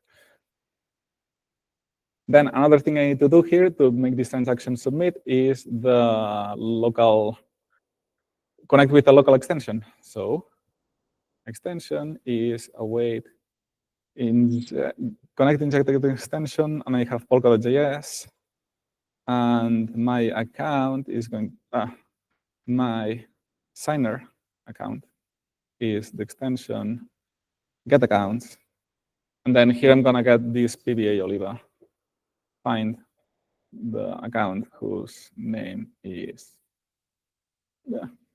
PBA Oliva. Okay, and now the sign account. Sorry, sign and submit and watch. I'll do sign, submit and watch of signer account dot Polkadot signer, and subscribe.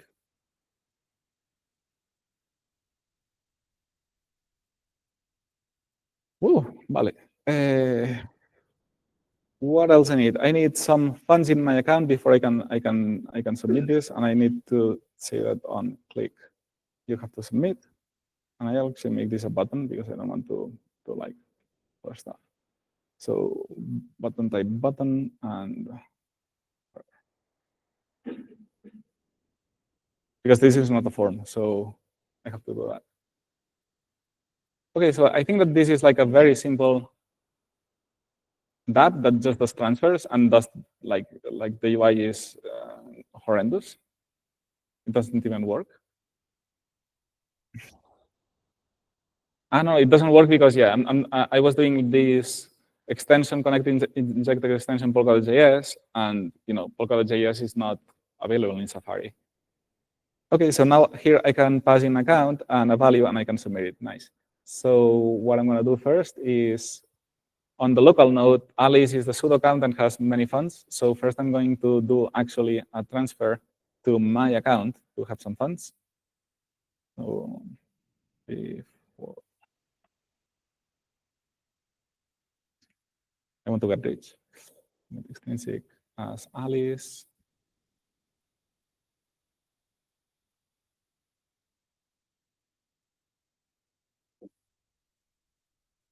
Oh.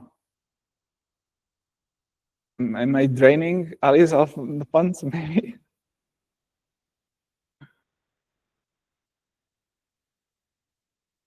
No.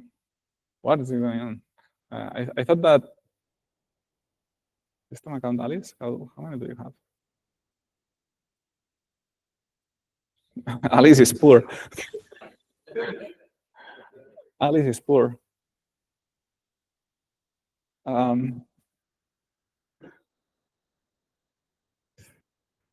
How strange. I thought when you run this node, you had like so many funds in Alice, but I'm not really sure. Maybe what happened here?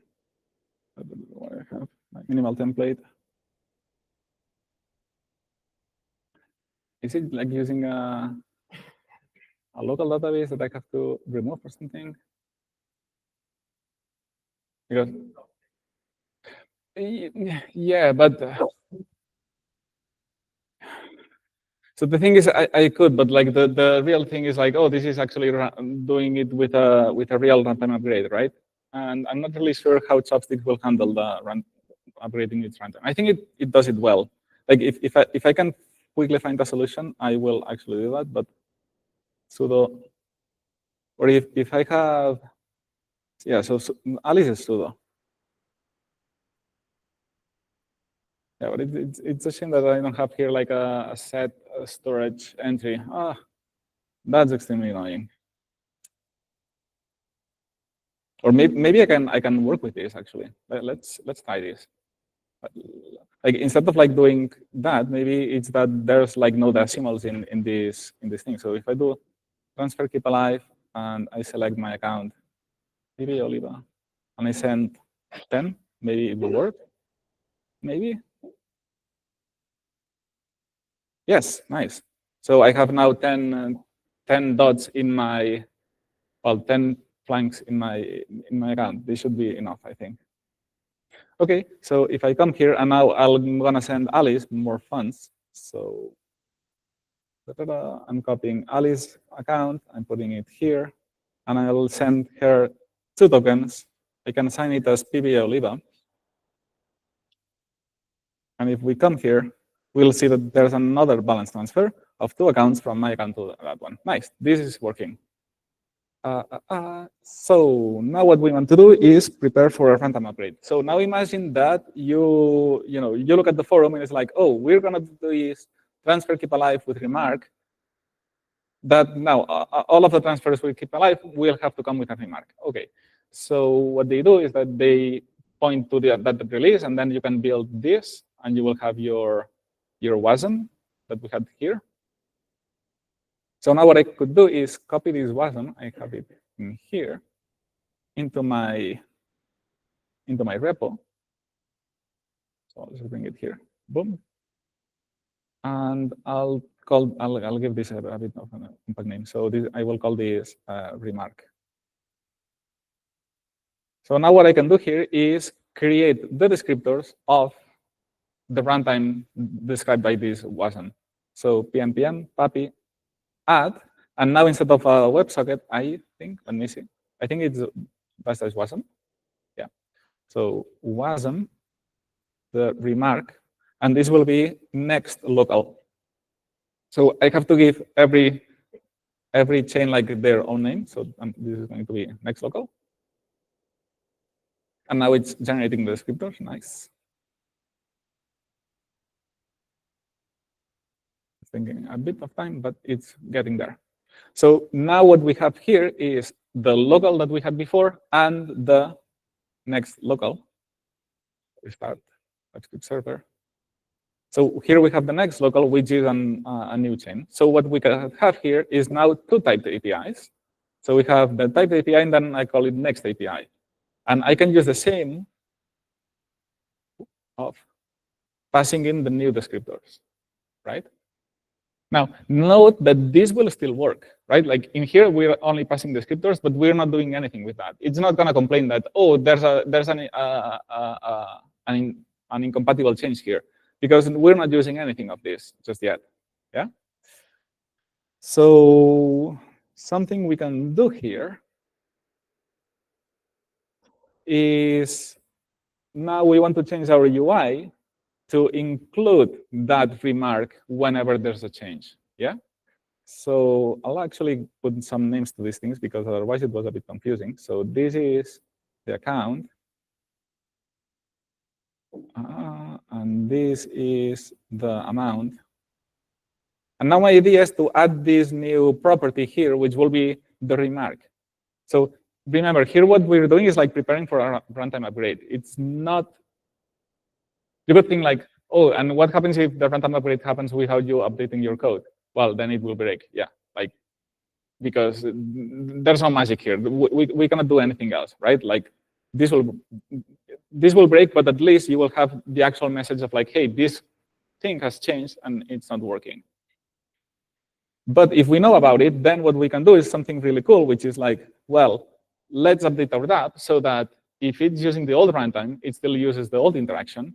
And if it's using the new runtime, then it will use the new interaction. So we can even make the tab react to this, yes? So for this, we will say like is new runtime, set is new runtime. And by default, it's going to be false. Or maybe instead of like is new runtime, I don't like this because maybe there are like 2 or 3 more runtimes updates coming in, and you don't care about those runtime upgrades. You only care about the one that adds the remark. So requires remark. And set requires remark. And now what we can do is like use effect here. I don't really like the state management of vanilla React, but I mean, it is what it is. We can do anything about it. And now my idea here is like, okay, if we can try and get like whenever the finalized block changes, we will check the compatibility level of that specific interaction, right? So what I can do is I can subscribe directly. Like I don't need to do any magic. No, I don't. Yeah, I don't need to do some pipe here because remember that we need like the compatibility check happens asynchronously and so on. So it will be better if we do it like that. So whenever the finalized block changes, I need to install RxJS. We will switch map to that check. So what we can do here is like tell, is the next API transaction balances transfer keep alive is compatible? And then we need to pass in a compatibility level. So we can put here compatibility level, and we can say like, well, if it's backwards compatible, we're fine. And if it's identical, we're also fine. So this is like, if at least it's backwards compatible, then we set requires remark to true. What am I doing wrong? There. Here. Oh, I thought I was in an if, sorry. If that, then, and now this is what we have to avoid. So, and I don't need a switch map, sorry. Oh, my bad. Subscribe. I can just do it with a subscribe directly. If, then I'll make it asynchronous. Oh, wait. Because I'm not composing on any observable. I messed up here.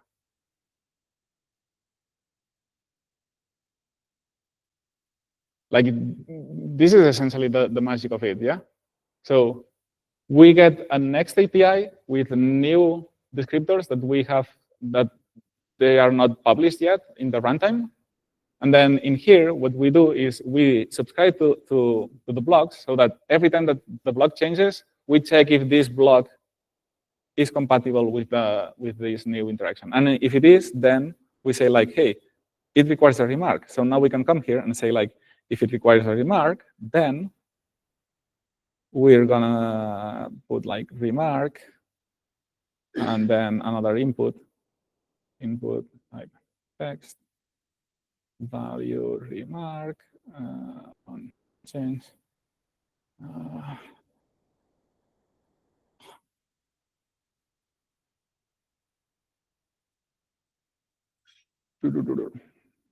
So now we have this remark, set remark. And then now on submit, we can just do this. So in here, it's like we're calling this transaction transfer keep alive, but now we have like 2 different options. So the transaction will be like, well, in here, I could do this thing again of like, oh, is it compatible? Then do this, otherwise do that. But I have already like done this in here. So if it requires the remark, I'm gonna use the next API dot transaction balances transfer keep alive, and yes, it has it here. So destination is going to be the same as this, but now you can see here the types are telling us that this needs a remark. So remark is binary from text of my remark. I have one up here, remark. Otherwise, it's going to be the previous one. And now, with this transaction, we sign submit and watch. Oh. So, sorry, I killed my bit. So now we can run our application, and when we come here, we will see like the new UI now that's a bit improved, and it's showing me the remark. What? That should not happen. Let me see. This it has to be like a silly mistake.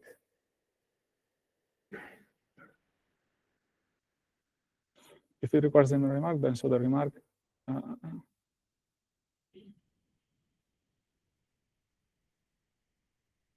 Because I'm saying, yeah, it was the opposite.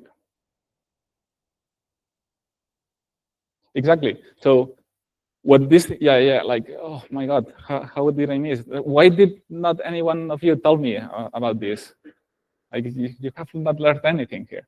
So what is happening here? So what I'm doing, what this is doing is comparing the current API, which doesn't have the remark property, with the next API that I have it here. And I'm saying, like, if the interaction is backwards compatible, then show the remark. But it is backwards compatible, right? Because if I'm sending a remark to a runtime that doesn't expect it, it will just ignore it. Yeah? So this is why this was wrong. Like, what I had to do here is the opposite. It's like, instead of the next API, is if the current type API is backwards compatible in this case. Yeah. Or another thing I could do is if this is identical, right? If this thing is identical, then now I should see how this goes away. Yeah. Because I'm telling it, I want this interaction to be identical in order to show this field. But I think it's better to say, like, well, if this thing is backwards compatible because we know that it's going to be an incompatible change, then as long as it's backwards compatible, sorry, if it's not compatible, then it's when we show the remark. Yeah. And now this is working fine, and now we will see it live. So I'm moving this here just for dramatic effect. And now I can call on extrinsics. Remember, we have to make this a pseudo key. So sudo system set code. Oh, I didn't update. I didn't bump the version. That's one. I have to generate the WASM again. Like, it's fine. Like this will not change, but the spec version will change. So we have to do that.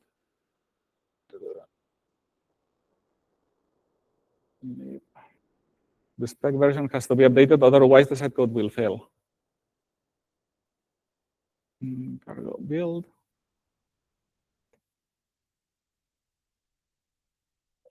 And I will need to transfer account balances to my account again anyway. Or I can just sign as Alice. That's no. Then Polkadot OmniNode. We have it running. Let me restart everything just to make sure that it's working fine. So sudo system set code. Now the WASM development. Target release web build, the compressed one, open. Here we have it. Submit the extrinsic as Alice.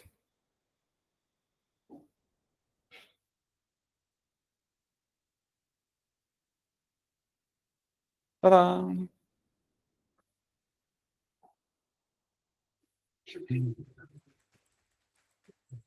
Right? So you can see what happened here, right? So we made a runtime upgrade, and this actually went through. So there was this system code updated, and when the dApp received this block and checked for compatibility, it was like, oh, now the old interaction is not compatible anymore. So I need to show the remark, right? And now if I transfer funds back to my account and try this, so balances, transfer, keep alive to my account. Oh, now as Alice, I also need to pass, no, to my account, sorry. And I will give me, no. Now as Alice, I also need to pass a remark. So, hey, wait, intrinsic, submit. Yeah, went through. So now I can give some funds back to Alice, and this will work. Hey, from the app. Submit as PBA Oliva. And if we come here,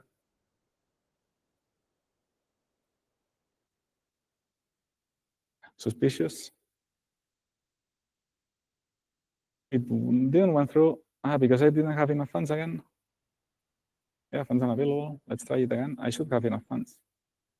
Because I'm sending 1, 2, 3 tokens, and I don't have 1, 2, 3. I only have 10. Submit. Now it should work. Yay, I have it here. So now if I come here, you're going to see that we have this balances transfer that was transferred, but this is our extrinsic that has the remark on it, right? So anyway, like this is like a sort of a demo of like how can you react with into runtime upgrades, and this is one of the features that PAPI supports essentially.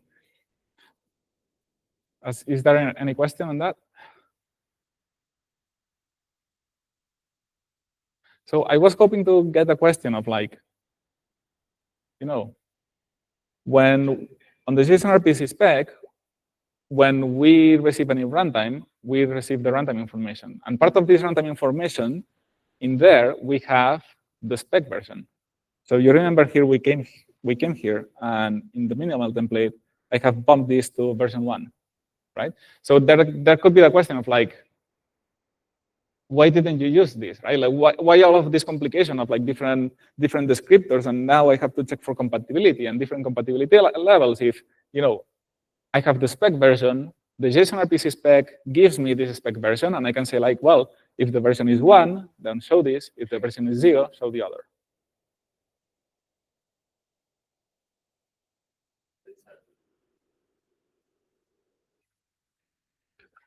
But we don't know what you guys set up as a spec version. Exactly.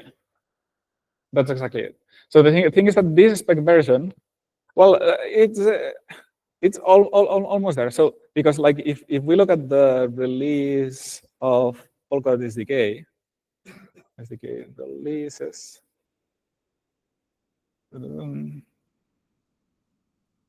or even runtimes, I think that it's, well, there's like a bunch of text, like a bunch of changes. Like this thing is the spec version. Okay, so one could still argue like, oh no, like like there's this runtime upgrade that they have announced, and here down here you have all of the WASMs and everything, but you see like even the WASM has version 1019002, right?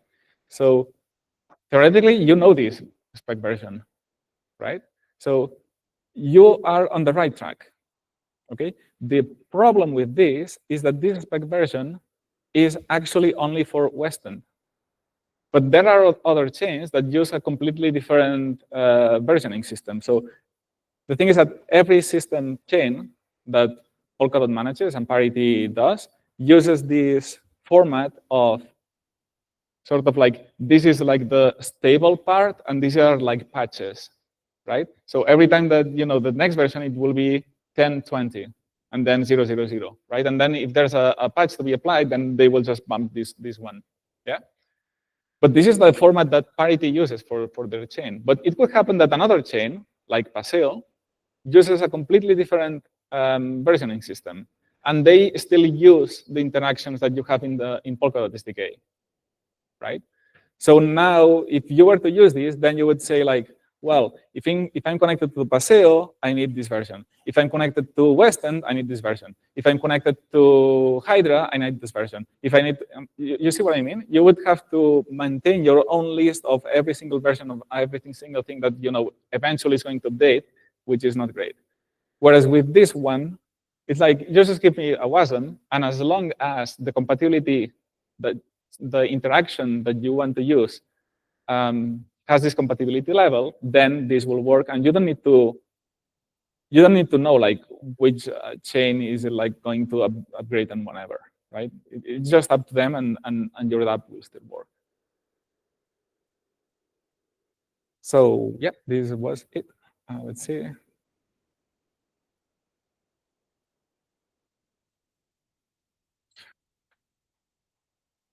Now we're gonna go deep in descriptors, and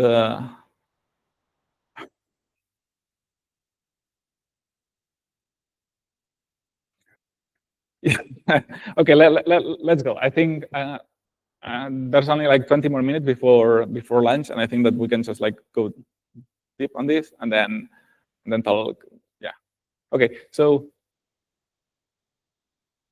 descriptors, right? We have this thing which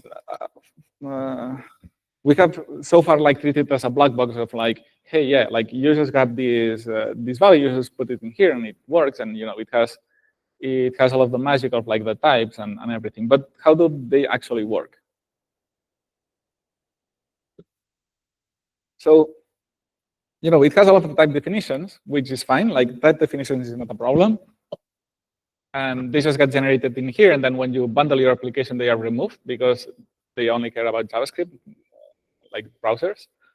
But we have this problem of the types in the metadata, right? Remember that in order to do this compatibility check, we need to essentially keep the metadata inside the bundle to be able to compare them, right?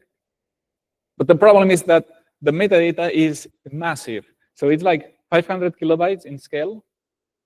But the problem is JavaScript doesn't work with binary data. You need to stringify this. So if you turn it into JSON, it's like 1.5 megabytes of JSON, which is extremely big.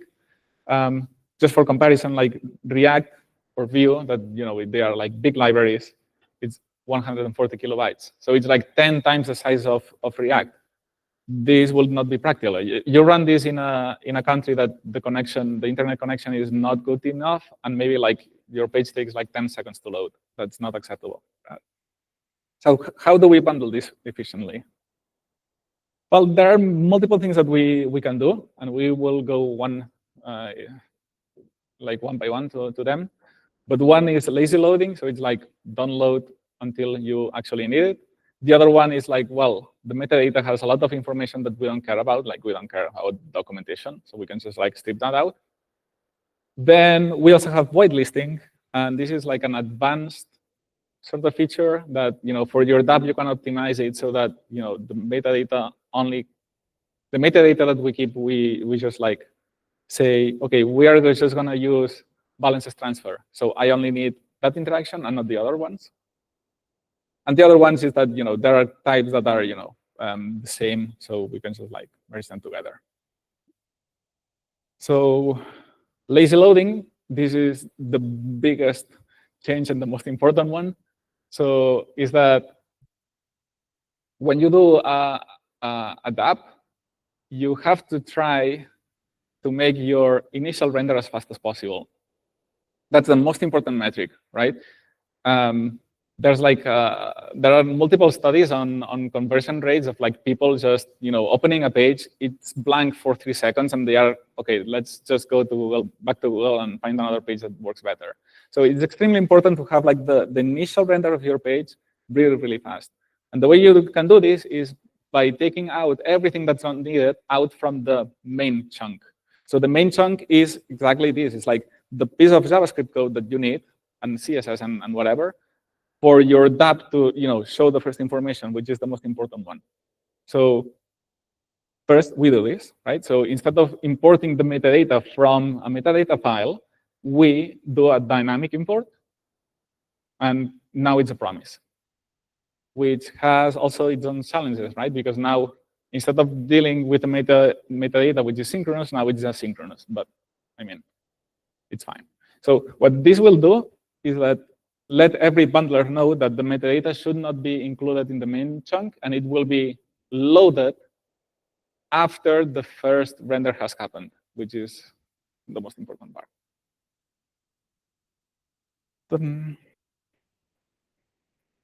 Now, you might be thinking, though, then how does this work, right?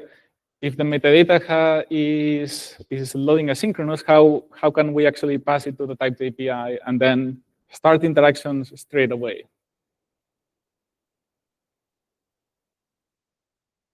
Well, the clue is a bit here, right? Oh, wait. Well, of course, like in this case that we are doing a get value, the user is still expecting this thing to be asynchronous, right? So this is actually a win, right? We do get value of Alice, and because we have to go to the chain, we tell the user, hey, you need to await this because that. And what we are doing under the hood is awaiting for the metadata to be loaded, Then once we have the metadata, of course, like this is in parallel, like it's connecting to the chain and getting like the runtime and all of that, right?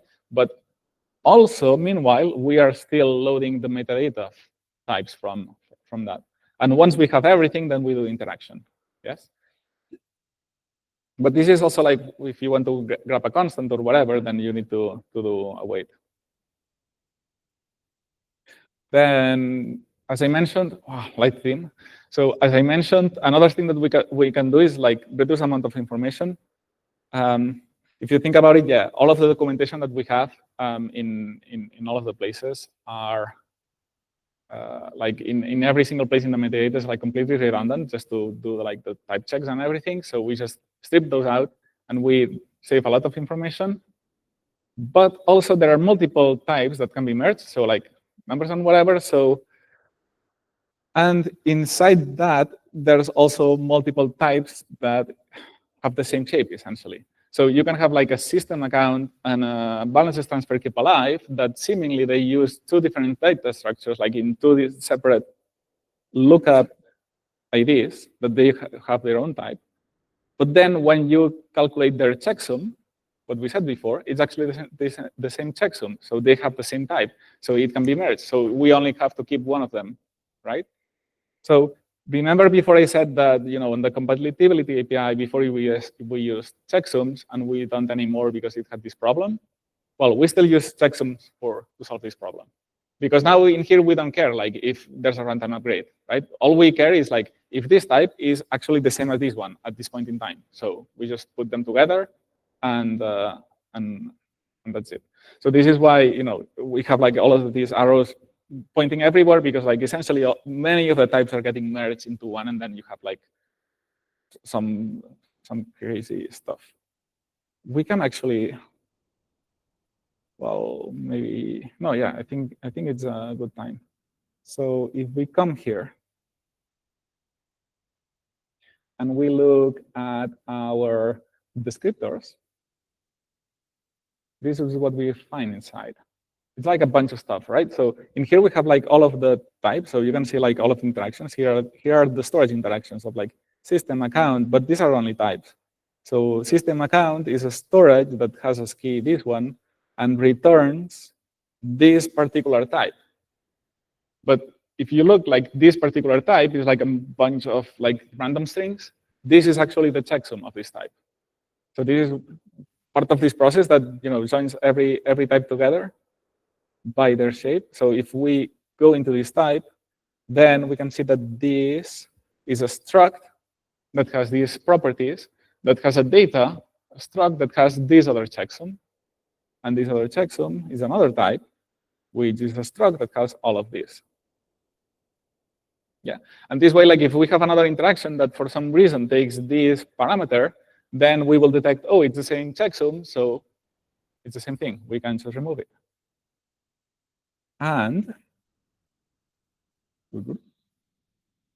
well, this is in here we're also keeping the metadata, but for a different reason. This is for offline, for the offline client. It's a new functionality, but this is the full metadata. Like we don't load this for the things.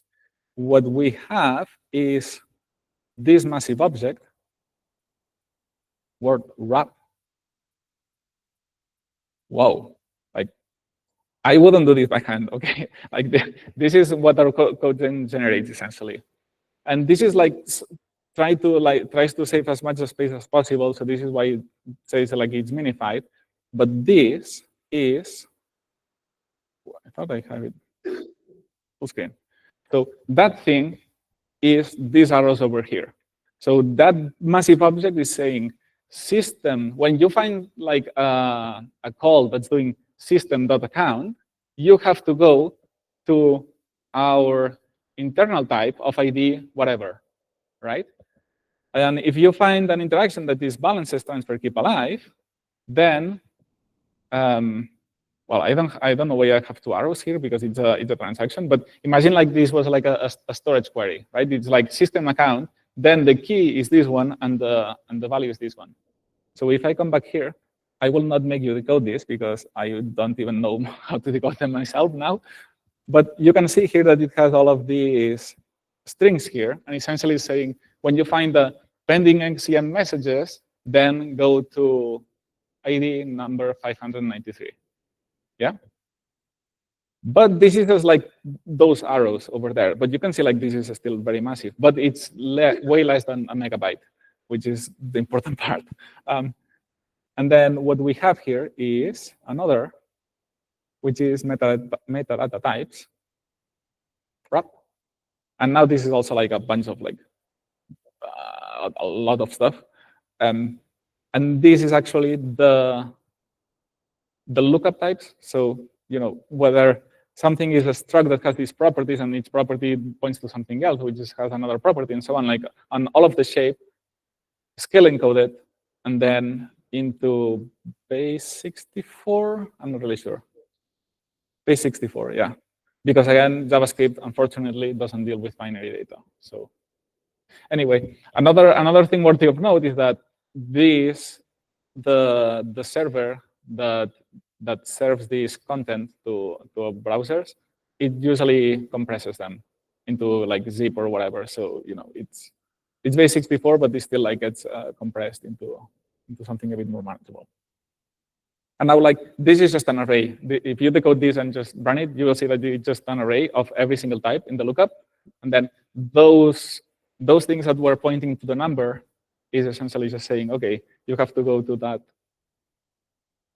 We have them here. So you can see here also like all of the interactions and everything. But like these numbers over here are just pointing to those. That's a lot of stuff. Okay.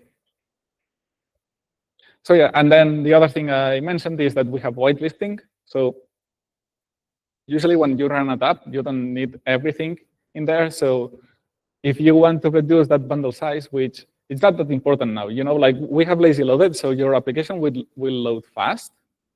But you know, you could still say like, oh, but now my metadata types and all of that is taking a long time to load, so it takes even longer than just connecting to the chain. So maybe you want to do that. Also, it's very useful to use this when you're dealing with multiple chains and multiple descriptors, because the process of generating descriptors is computer intensive. It sometimes takes like a few seconds.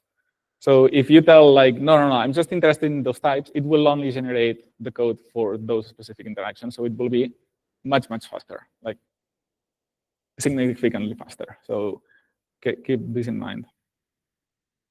The way we do this with PAPI, just as a note, and this can actually be interesting for the data that we just have built, because look at this. So I do time npm PAPI.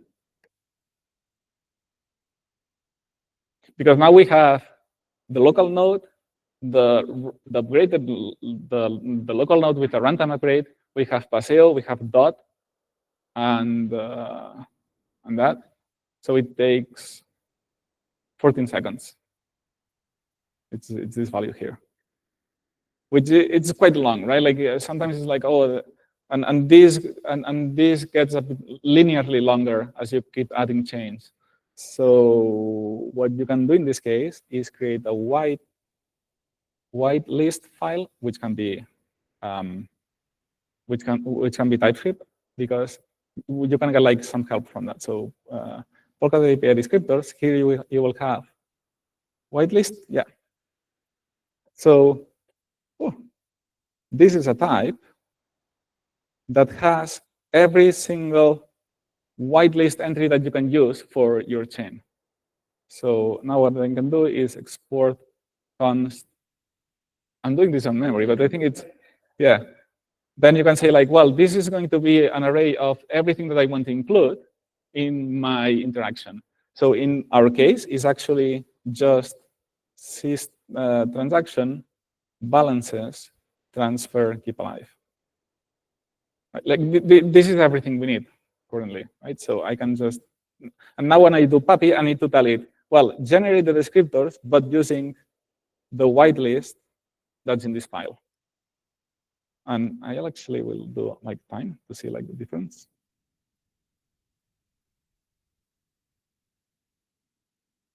For seconds.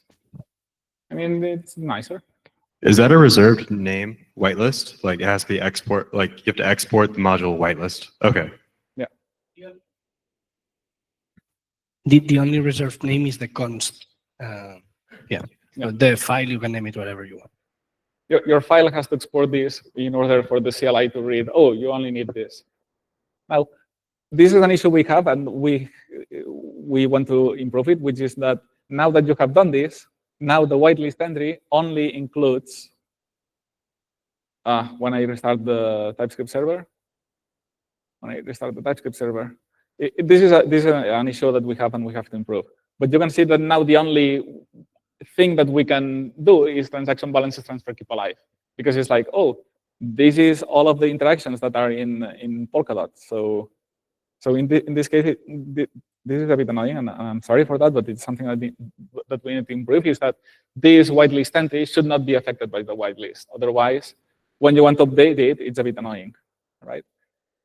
But restart the server.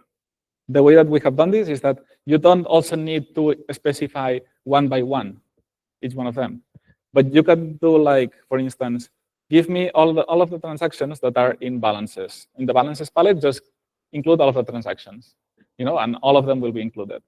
And you can also say like, well, include everything that's in the system palette. So you can see that, it's using this star syntax to say what's allowed. Right, but other than that, you can put like anything else. Like you can do like, oh, I want the storage.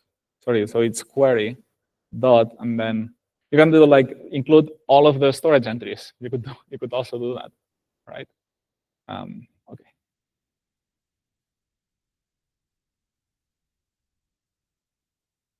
Yeah, and then as I mentioned before, the common types. So it's like, using these checksums, you can, see if types are common. But this is also like when you have multiple chains. Most of them, they reuse the same types, right? All of the chains have a system palette that have exactly the same interactions. Maybe there will be one that has like a different one, and in that case we will detect that, and we will handle it properly. But this also causes that you add one chain, and maybe you have like a metadata types that's maybe like 300 kilobytes or something like that, which it's big, but it's not one and a half. So you have 300 kilobytes for one chain, but then you add a second chain, and now it grows to 450, right? And you add another chain, and it just grows to 520, right? And every time that you add a new chain, because it's using the types from previous chains that they also had them, then you're getting more bang for the buck, that they say. But yeah.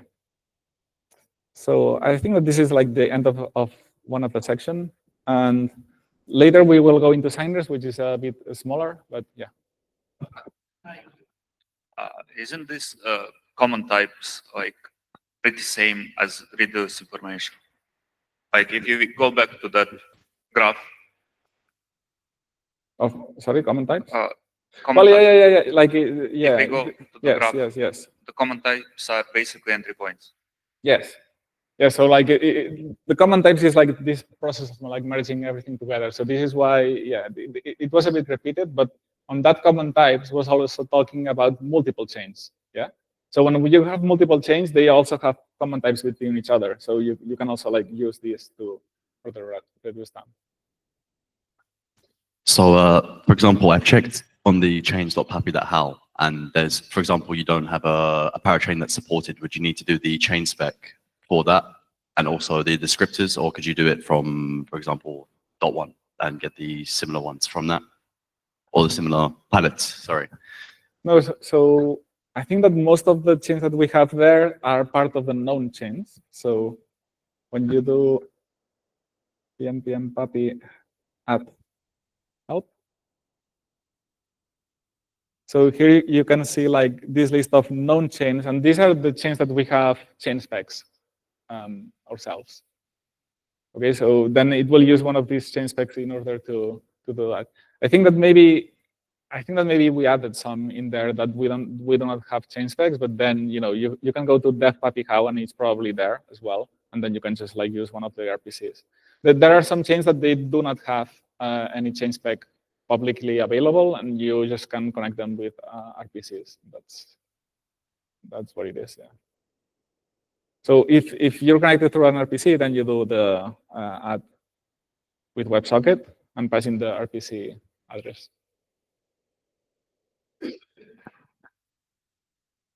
Can you please go to the slides? Sorry, yeah. A little bit back to lazy loading. No, the second one. This one? The next one.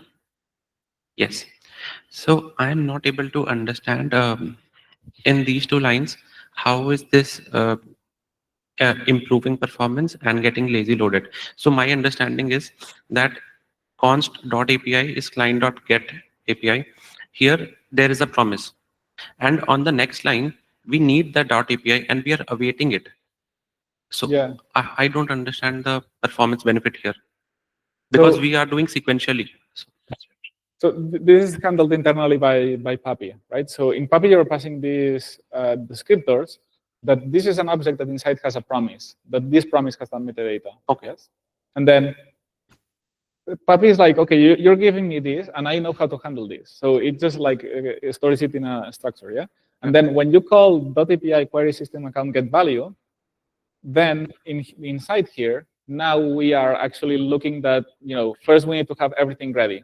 So what does everything ready mean? It means, one, we are connected to the chain and we have the runtime. So, we have connected to that and we have received the runtime. And this happens in parallel, right? This happens in its own process. Another one that we need is that the descriptors that you have put me here are fully loaded. So these descriptors have a promise. So we also do sort of like await that promise, right? And I'm not sure which one. Oh, and then that we need a finalize block as well. But this comes included with the runtime, right? If you go inside the code of so when Papi generates the code inside the Papi folder, you will see there's a git ignore. And then in that git ignore, it ignores kind of the generated code. If you're super curious, but if you go inside that generated code, you will see that there are a bunch of dynamic imports. Bundlers, when they see these dynamic imports, at least modern bundlers, they understand that this needs to be put in a chunk that is going to be loaded separately, and then it gets loaded in the background. That's basically the trick. Like dot is imported synchronously, but behind the scenes, it imports a bunch of stuff asynchronously.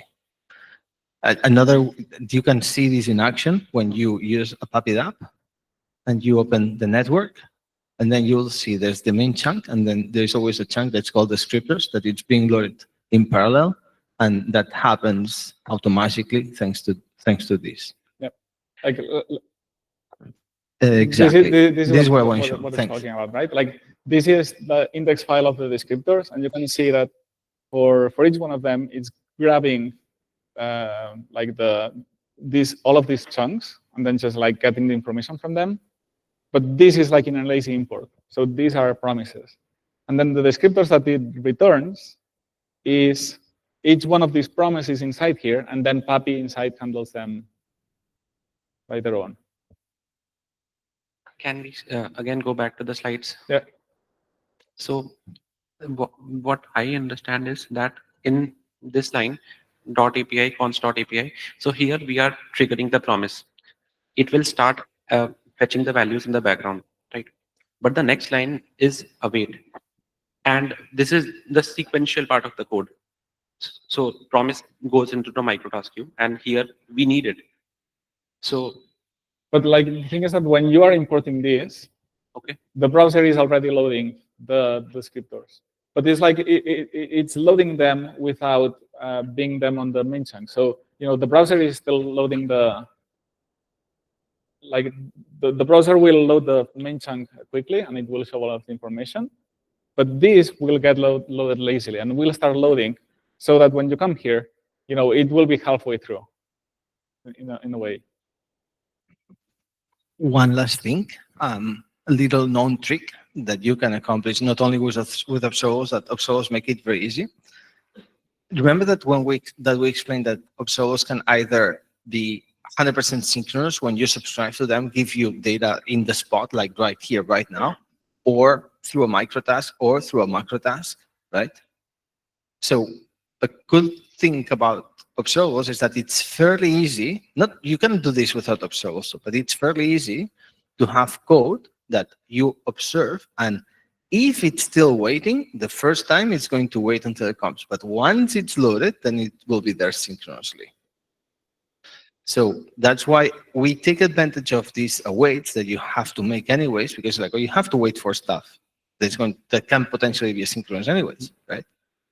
But in reality, once we have already loaded it, it's already there. We know it. It's synced, and we don't put a microtask that we don't need to. We just pull it off, right? So it's not just because there is an await. You for sure will get a microtask. So like the consumer for sure gets a microtask because there is an await. But as internally, sometimes, in other cases, for instance, you await into a value. You await into a value that we have already cached. Like this is a little known trick, but like if you make a storage request with Papi for the same block, and that block is pinned, we know that this result is there. We keep it cached until we unpin the block. So even if you put an await, it's possible that behind the scenes, everything happens synchronously in some instances. It's going to be, you will still wait a microtask, but long story short, sometimes an await with like an await get value is going to wait a macrotask, but in other cases, it's just going to wait a microtask, because after that microtask, we already have everything in there, and boom, and we give it to you. I don't know, maybe I'm confusing you, but that's what I'm trying to explain, is that we take advantage of the fact that you have to wait on certain things no matter what, and then we make all the magic behind the scenes so that we can make it as optimal as possible.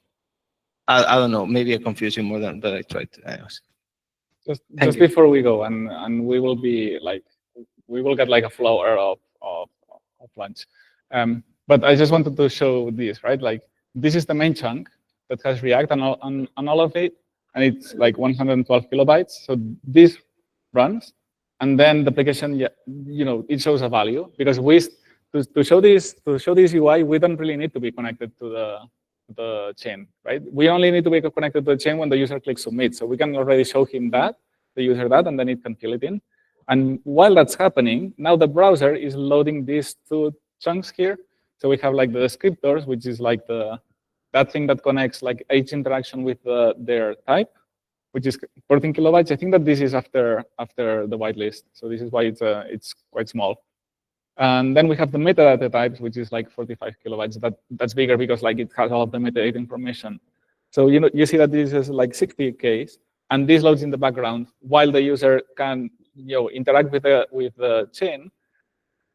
And then that's what he said, right? And then Papi is already connected, or is connecting with the chain, downloading the runtime and all of that, right? And all of this is happening in parallel. And once it's ready, then this await resolves, because now you have the balance. And you have everything, Puppy has everything it needs to run this function, and then runs this function, gets the value, and returns it to you. So yeah, let's talk about signers, because it's something that we've used one of the signers, which is like the Polkadot injected extension thing, which is for the extensions, but it's also like its own thing, right? So when Polkadot API only creates a transaction but does nothing with it, right? Who signs it is one signer, and this signer, for instance, it can be like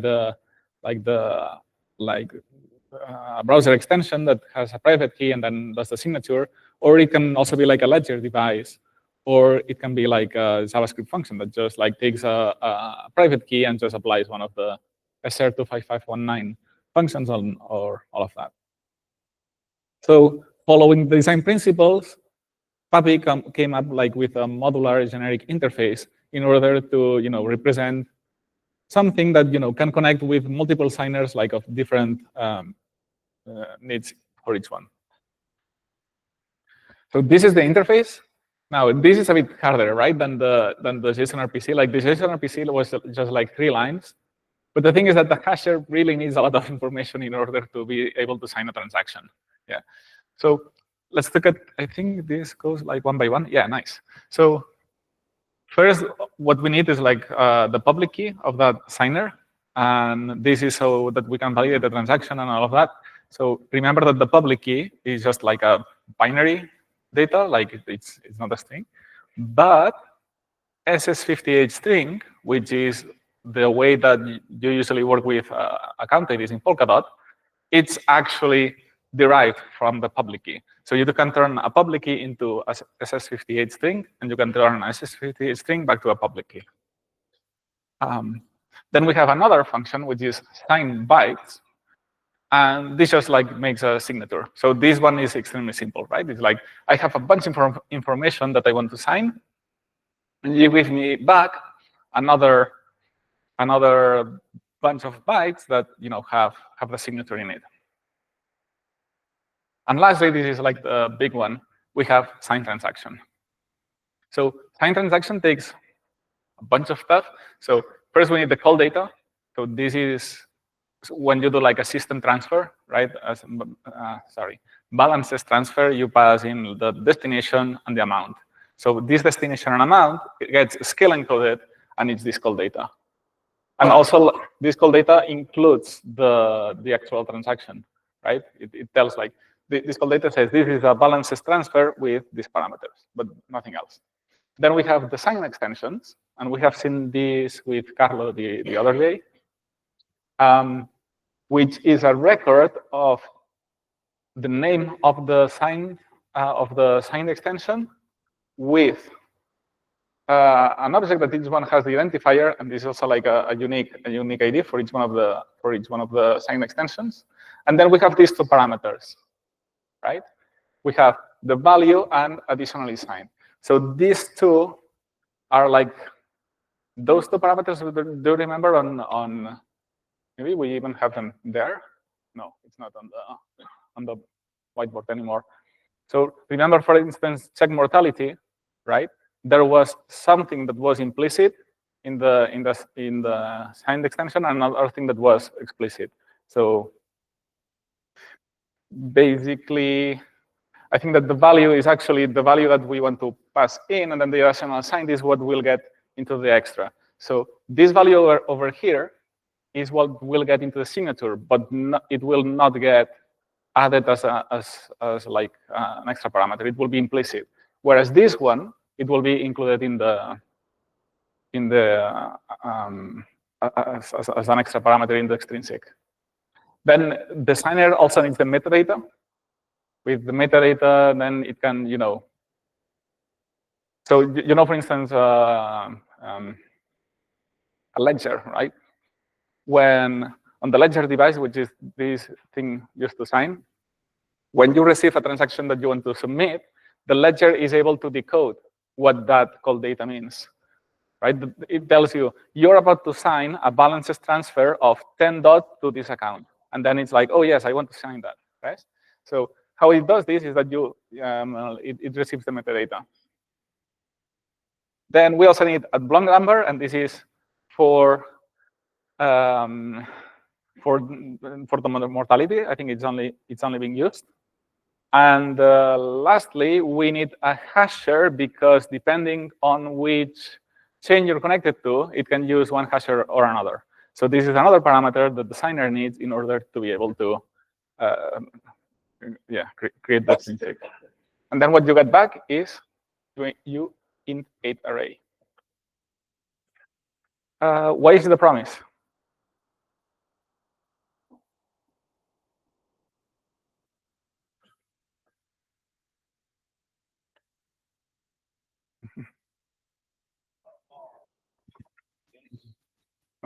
Hello? Okay. It's awaited because it's waiting for you to sign this transaction on the wallet. Exactly, right? So when this function gets called to the signer shows the pop-up if it's a browser extension, and this is now an asynchronous operation. Now the user has to sign it before we get the result. Otherwise, it will not get signed. It would be really bad if it gets signed straight away. So the only thing is that, okay, so we have this interface, yeah? Now, this interface is quite complex. Like, if you have to implement... You went away. Thank you. So if you have to implement this for every signer, it's quite hard. So there we have like a function that's called get Polkadot signer that returns you one of those signers. And now this makes it a bit easier because, sorry, going back to here, what you need to imagine is that, let's say that you already have a signing function, right? You have an implementation of ED25519, for instance. And it's like, I have this, and I have a private key, so I can sign transactions. But if you try to implement this yourself, then you need to know how the signed extensions and the value and additional sign are put into there, how to use the block number and the hasher and all of that. So what we have is this function that it makes it way more simple. So this, it only needs a public key because we just don't know it. Then the signing type, and then this sign function. So this is actually the function that, signs it. And this will give you a Polkadot signer. So how do we get, this is like a question that we get asked a lot. It's like, okay, I don't have an extension. I just want, to sign something from my mnemonic because it's, I don't know, I have the Alice mnemonic. How do I do that in PAPI? And the answer is, well, you don't do it. Okay, so, well, the answer is you don't do it with PAPI. That's the answer. Okay, so and why is that? Because like PAPI is not meant to sign stuff. Like we have an interface to implement signatures, but we are not the responsibles of signing all of that. Okay, so how do you get from the Alice mnemonic to the actual private key? It's not something that PAPI currently does. Okay, so in this case, we are using Polkadot Labs, which is something owned by Parity that, it works fairly well. I thought it was owned by Parity, but it sounds like not. So someone from Parity built it, but it's actually outside from Parity.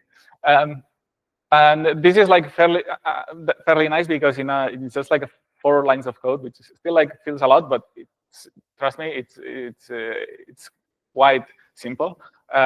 It gets you from a mnemonic to the actual function that will sign. So when you have that function that signs, then you do get Polkadot signer, pass in the public key, the SR25519, which is the one that we're using here with this SR25519 create derive. And then you pass this signing function. And now you have your signer, and this signer, you can use it on PAPI, and it will, essentially it's a signed transaction without showing a pop-up or anything. It will just use this thing to, even like synchronously, I think, sign it, which is very nice. Then, well, the Polkadot signer, we already seen this on our practices. But yeah, it's just like using this ad hoc interface that has been created over time with injected Web3, just to get like the account and the signer stuff. I think that lastly, I want to talk about meta signers. So Based on this diagram, who can guess what a meta signer is?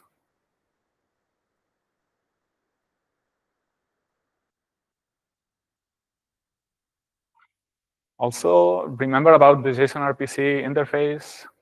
That's like minimalistic because now you can do stuff with it.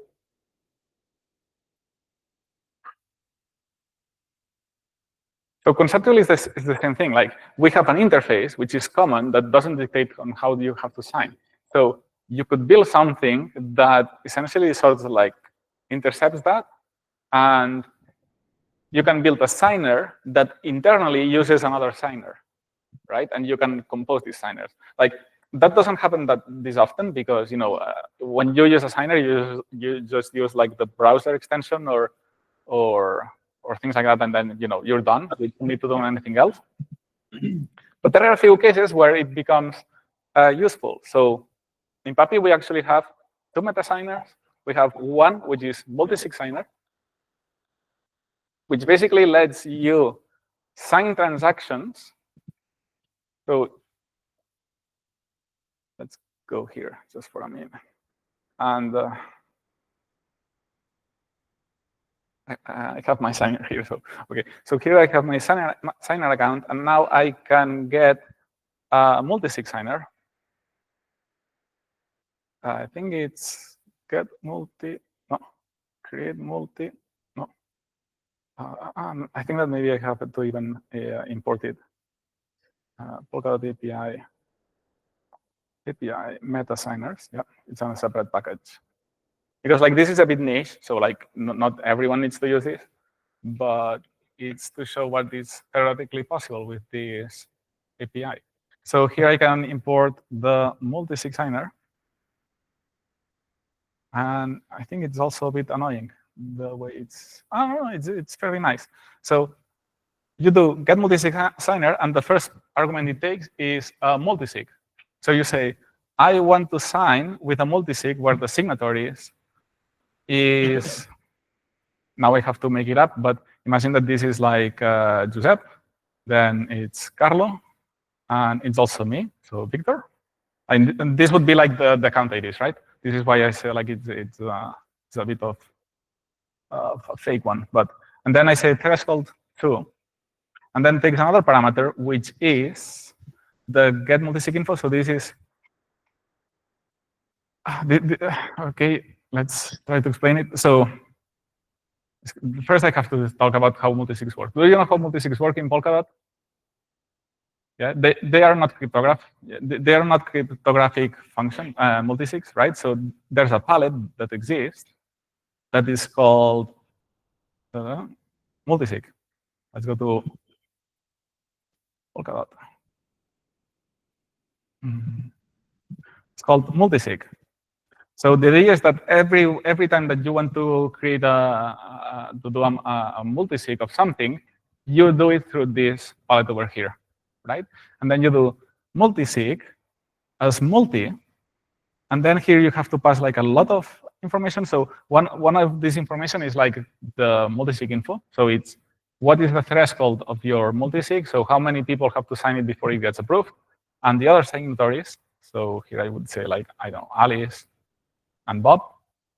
Now we will talk about this, but not now. And then we have a call, which is what call do you want to make? So let's say that I want to do, I don't know, a system remark. System remark of hello. And then that's another thing that's a bit annoying, that if you have to do it by yourself, is that you have to see how much does this transaction weight in terms of gas, and then put it in here, which is extremely annoying because I don't know. So I will put, I don't know, like a few numbers here and hope for the best. Yeah. Well, this is actually the max weight. So if you put a large number, it will probably pass, but it's not the way of doing it. The way of doing it is actually calculating the weight. Okay. So you would sign this, and then what this does is storage multisigs of. Now we don't have anyone that has anything, but the idea is that here you have like this specific multisig. So here you would put the multisig address, and this would give you all of the calls that are happening in the moment, right? And then everything is just handled by the palette. Like as people keep like doing their signatures, they will show up in here. And when it reaches the threshold, then the multisig is approved and it gets executed. This is the idea. So basically what this thing is doing of like get multisig info is give me the function to go and grab this data. Because it doesn't have it, like this doesn't have the type API, right? So in here you could also like say like, oh, I'm not using the on-chain data, I'm using an indexer for some reason. But in here I'm just using the type API query multisig. Because I have the whitelist. PNPN puppy.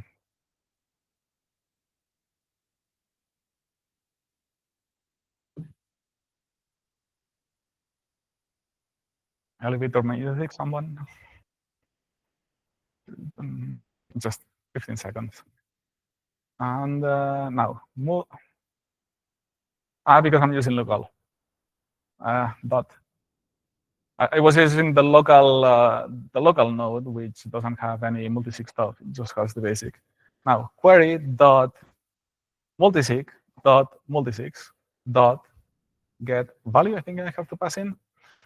And then the other one is like, okay, now give me the one to calculate the weight and so on. So that's another one. It's a typed API. And this is a runtime API, which is payment, transaction payment. Is it? I'm all this query info, I think it is. Yeah, that looks all right, because otherwise it will complain, I think. And then look at that. And then it's asking me for the signer. So this is the signer that it will use to actually sign my transaction, which is going to be my signer account dot Polkadot signer. And now this is not correct. Oh, this looks bad. Yeah, I know why, because I have two different versions of the substrate bindings. Because yeah, like usually like you wouldn't import your substrate bindings here. So now there's like a conflict. But this is just like a type stuff. It shouldn't happen that often, in theory. With this. You see, like it's complaining that this interface is not compatible with this interface, which is the same interface, which is anyway. That's my fault, guys. Sorry.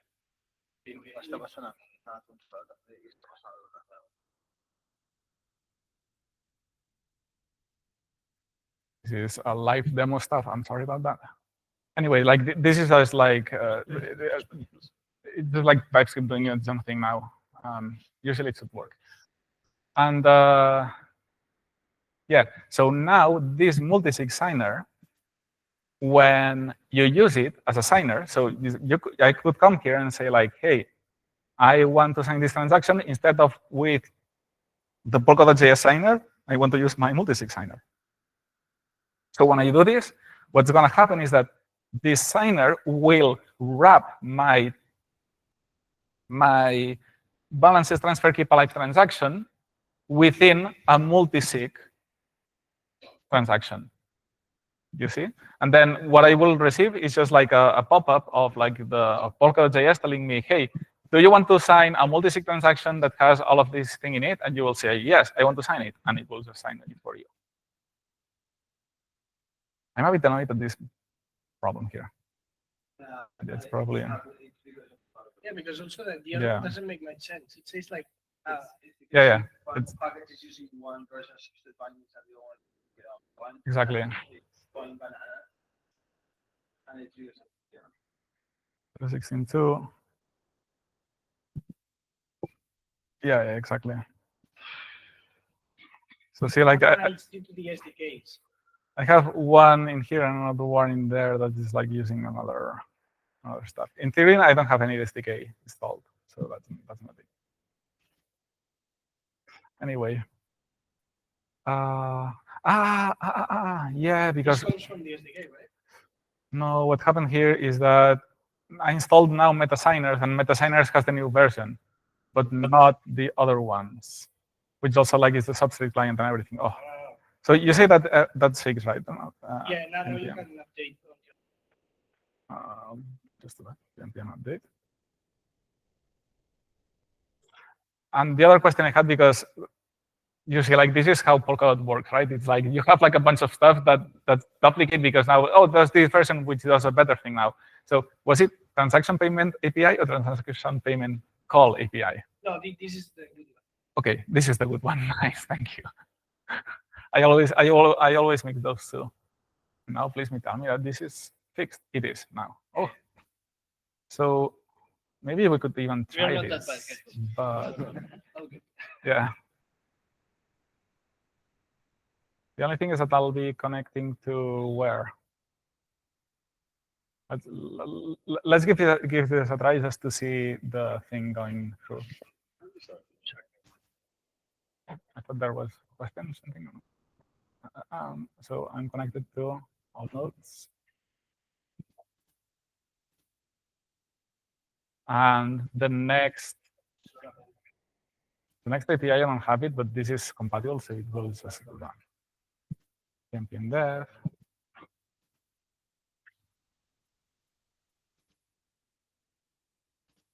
As always. What's that? Oh, well, of course. Yeah, of course. Like anyway, like it will not work because here I would have to put like a valid signatories. Now it's like, well, Joseph is not a valid SS58 string. But anyway, you get the idea. So now I have an exercise for you.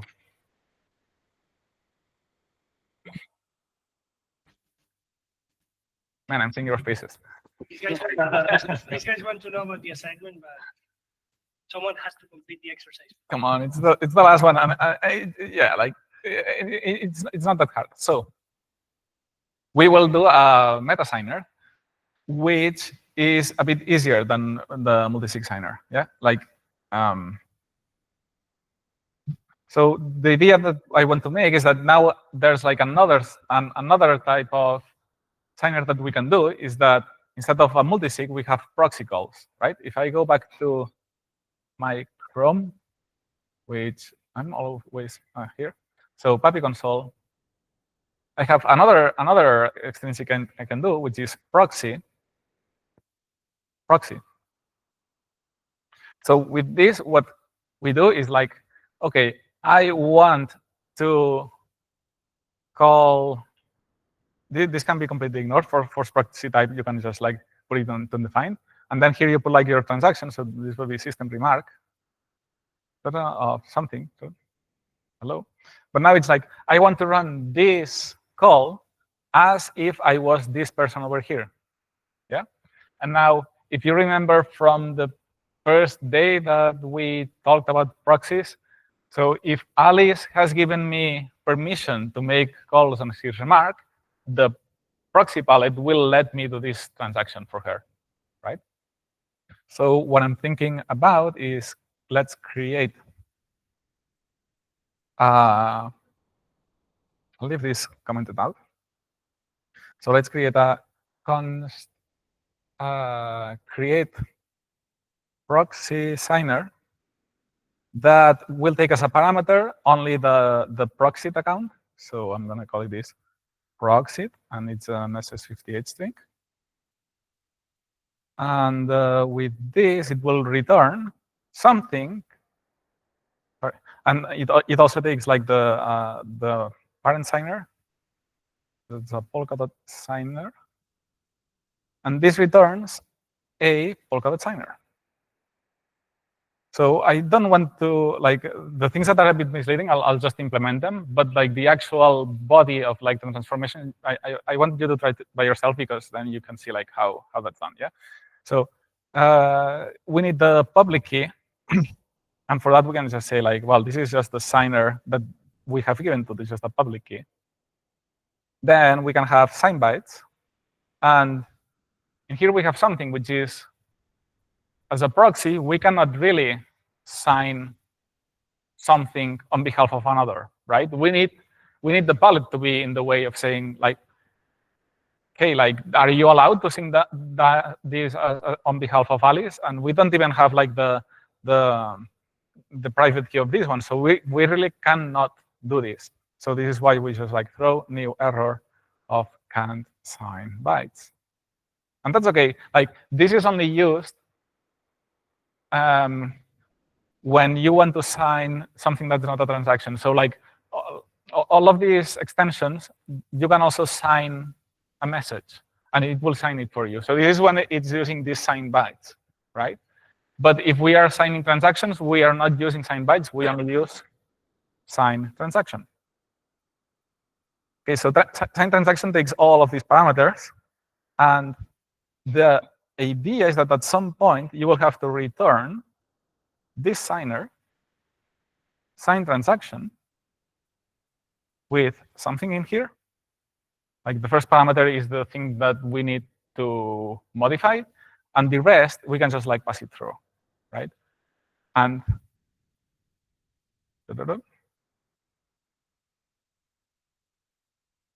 yeah, like this is complaining because like this is to do. So sign transaction, and the first parameter is the call data, remember. So this is the value that we have to modify.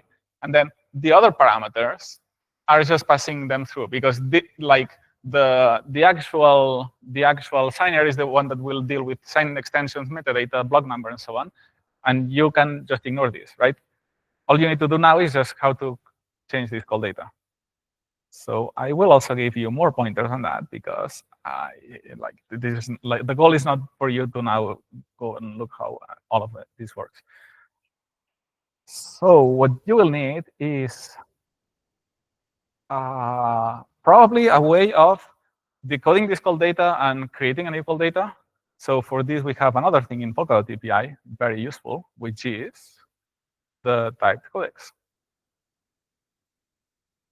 So this is something that I mentioned today, that we have this package that's used to create the scale encoders and decoders of any interaction you want. So if you come here, you can do, okay, typed codecs. It's get typed codecs of Polkadot. I think we called it dot, sorry. And now you can see here we have typed codecs. Oh, wait. And now we have type codecs dot, and here we have transaction of proxy. And here you can encode and decode proxy, which is really nice. And what else do we need? You have code. I think this is mostly it, because like what this thing takes, you can see that this is fully typed as well, which is extremely useful. Here you have like the call, proxy type, and so on. Yeah, and this takes a transaction called data. I think that this could be interesting.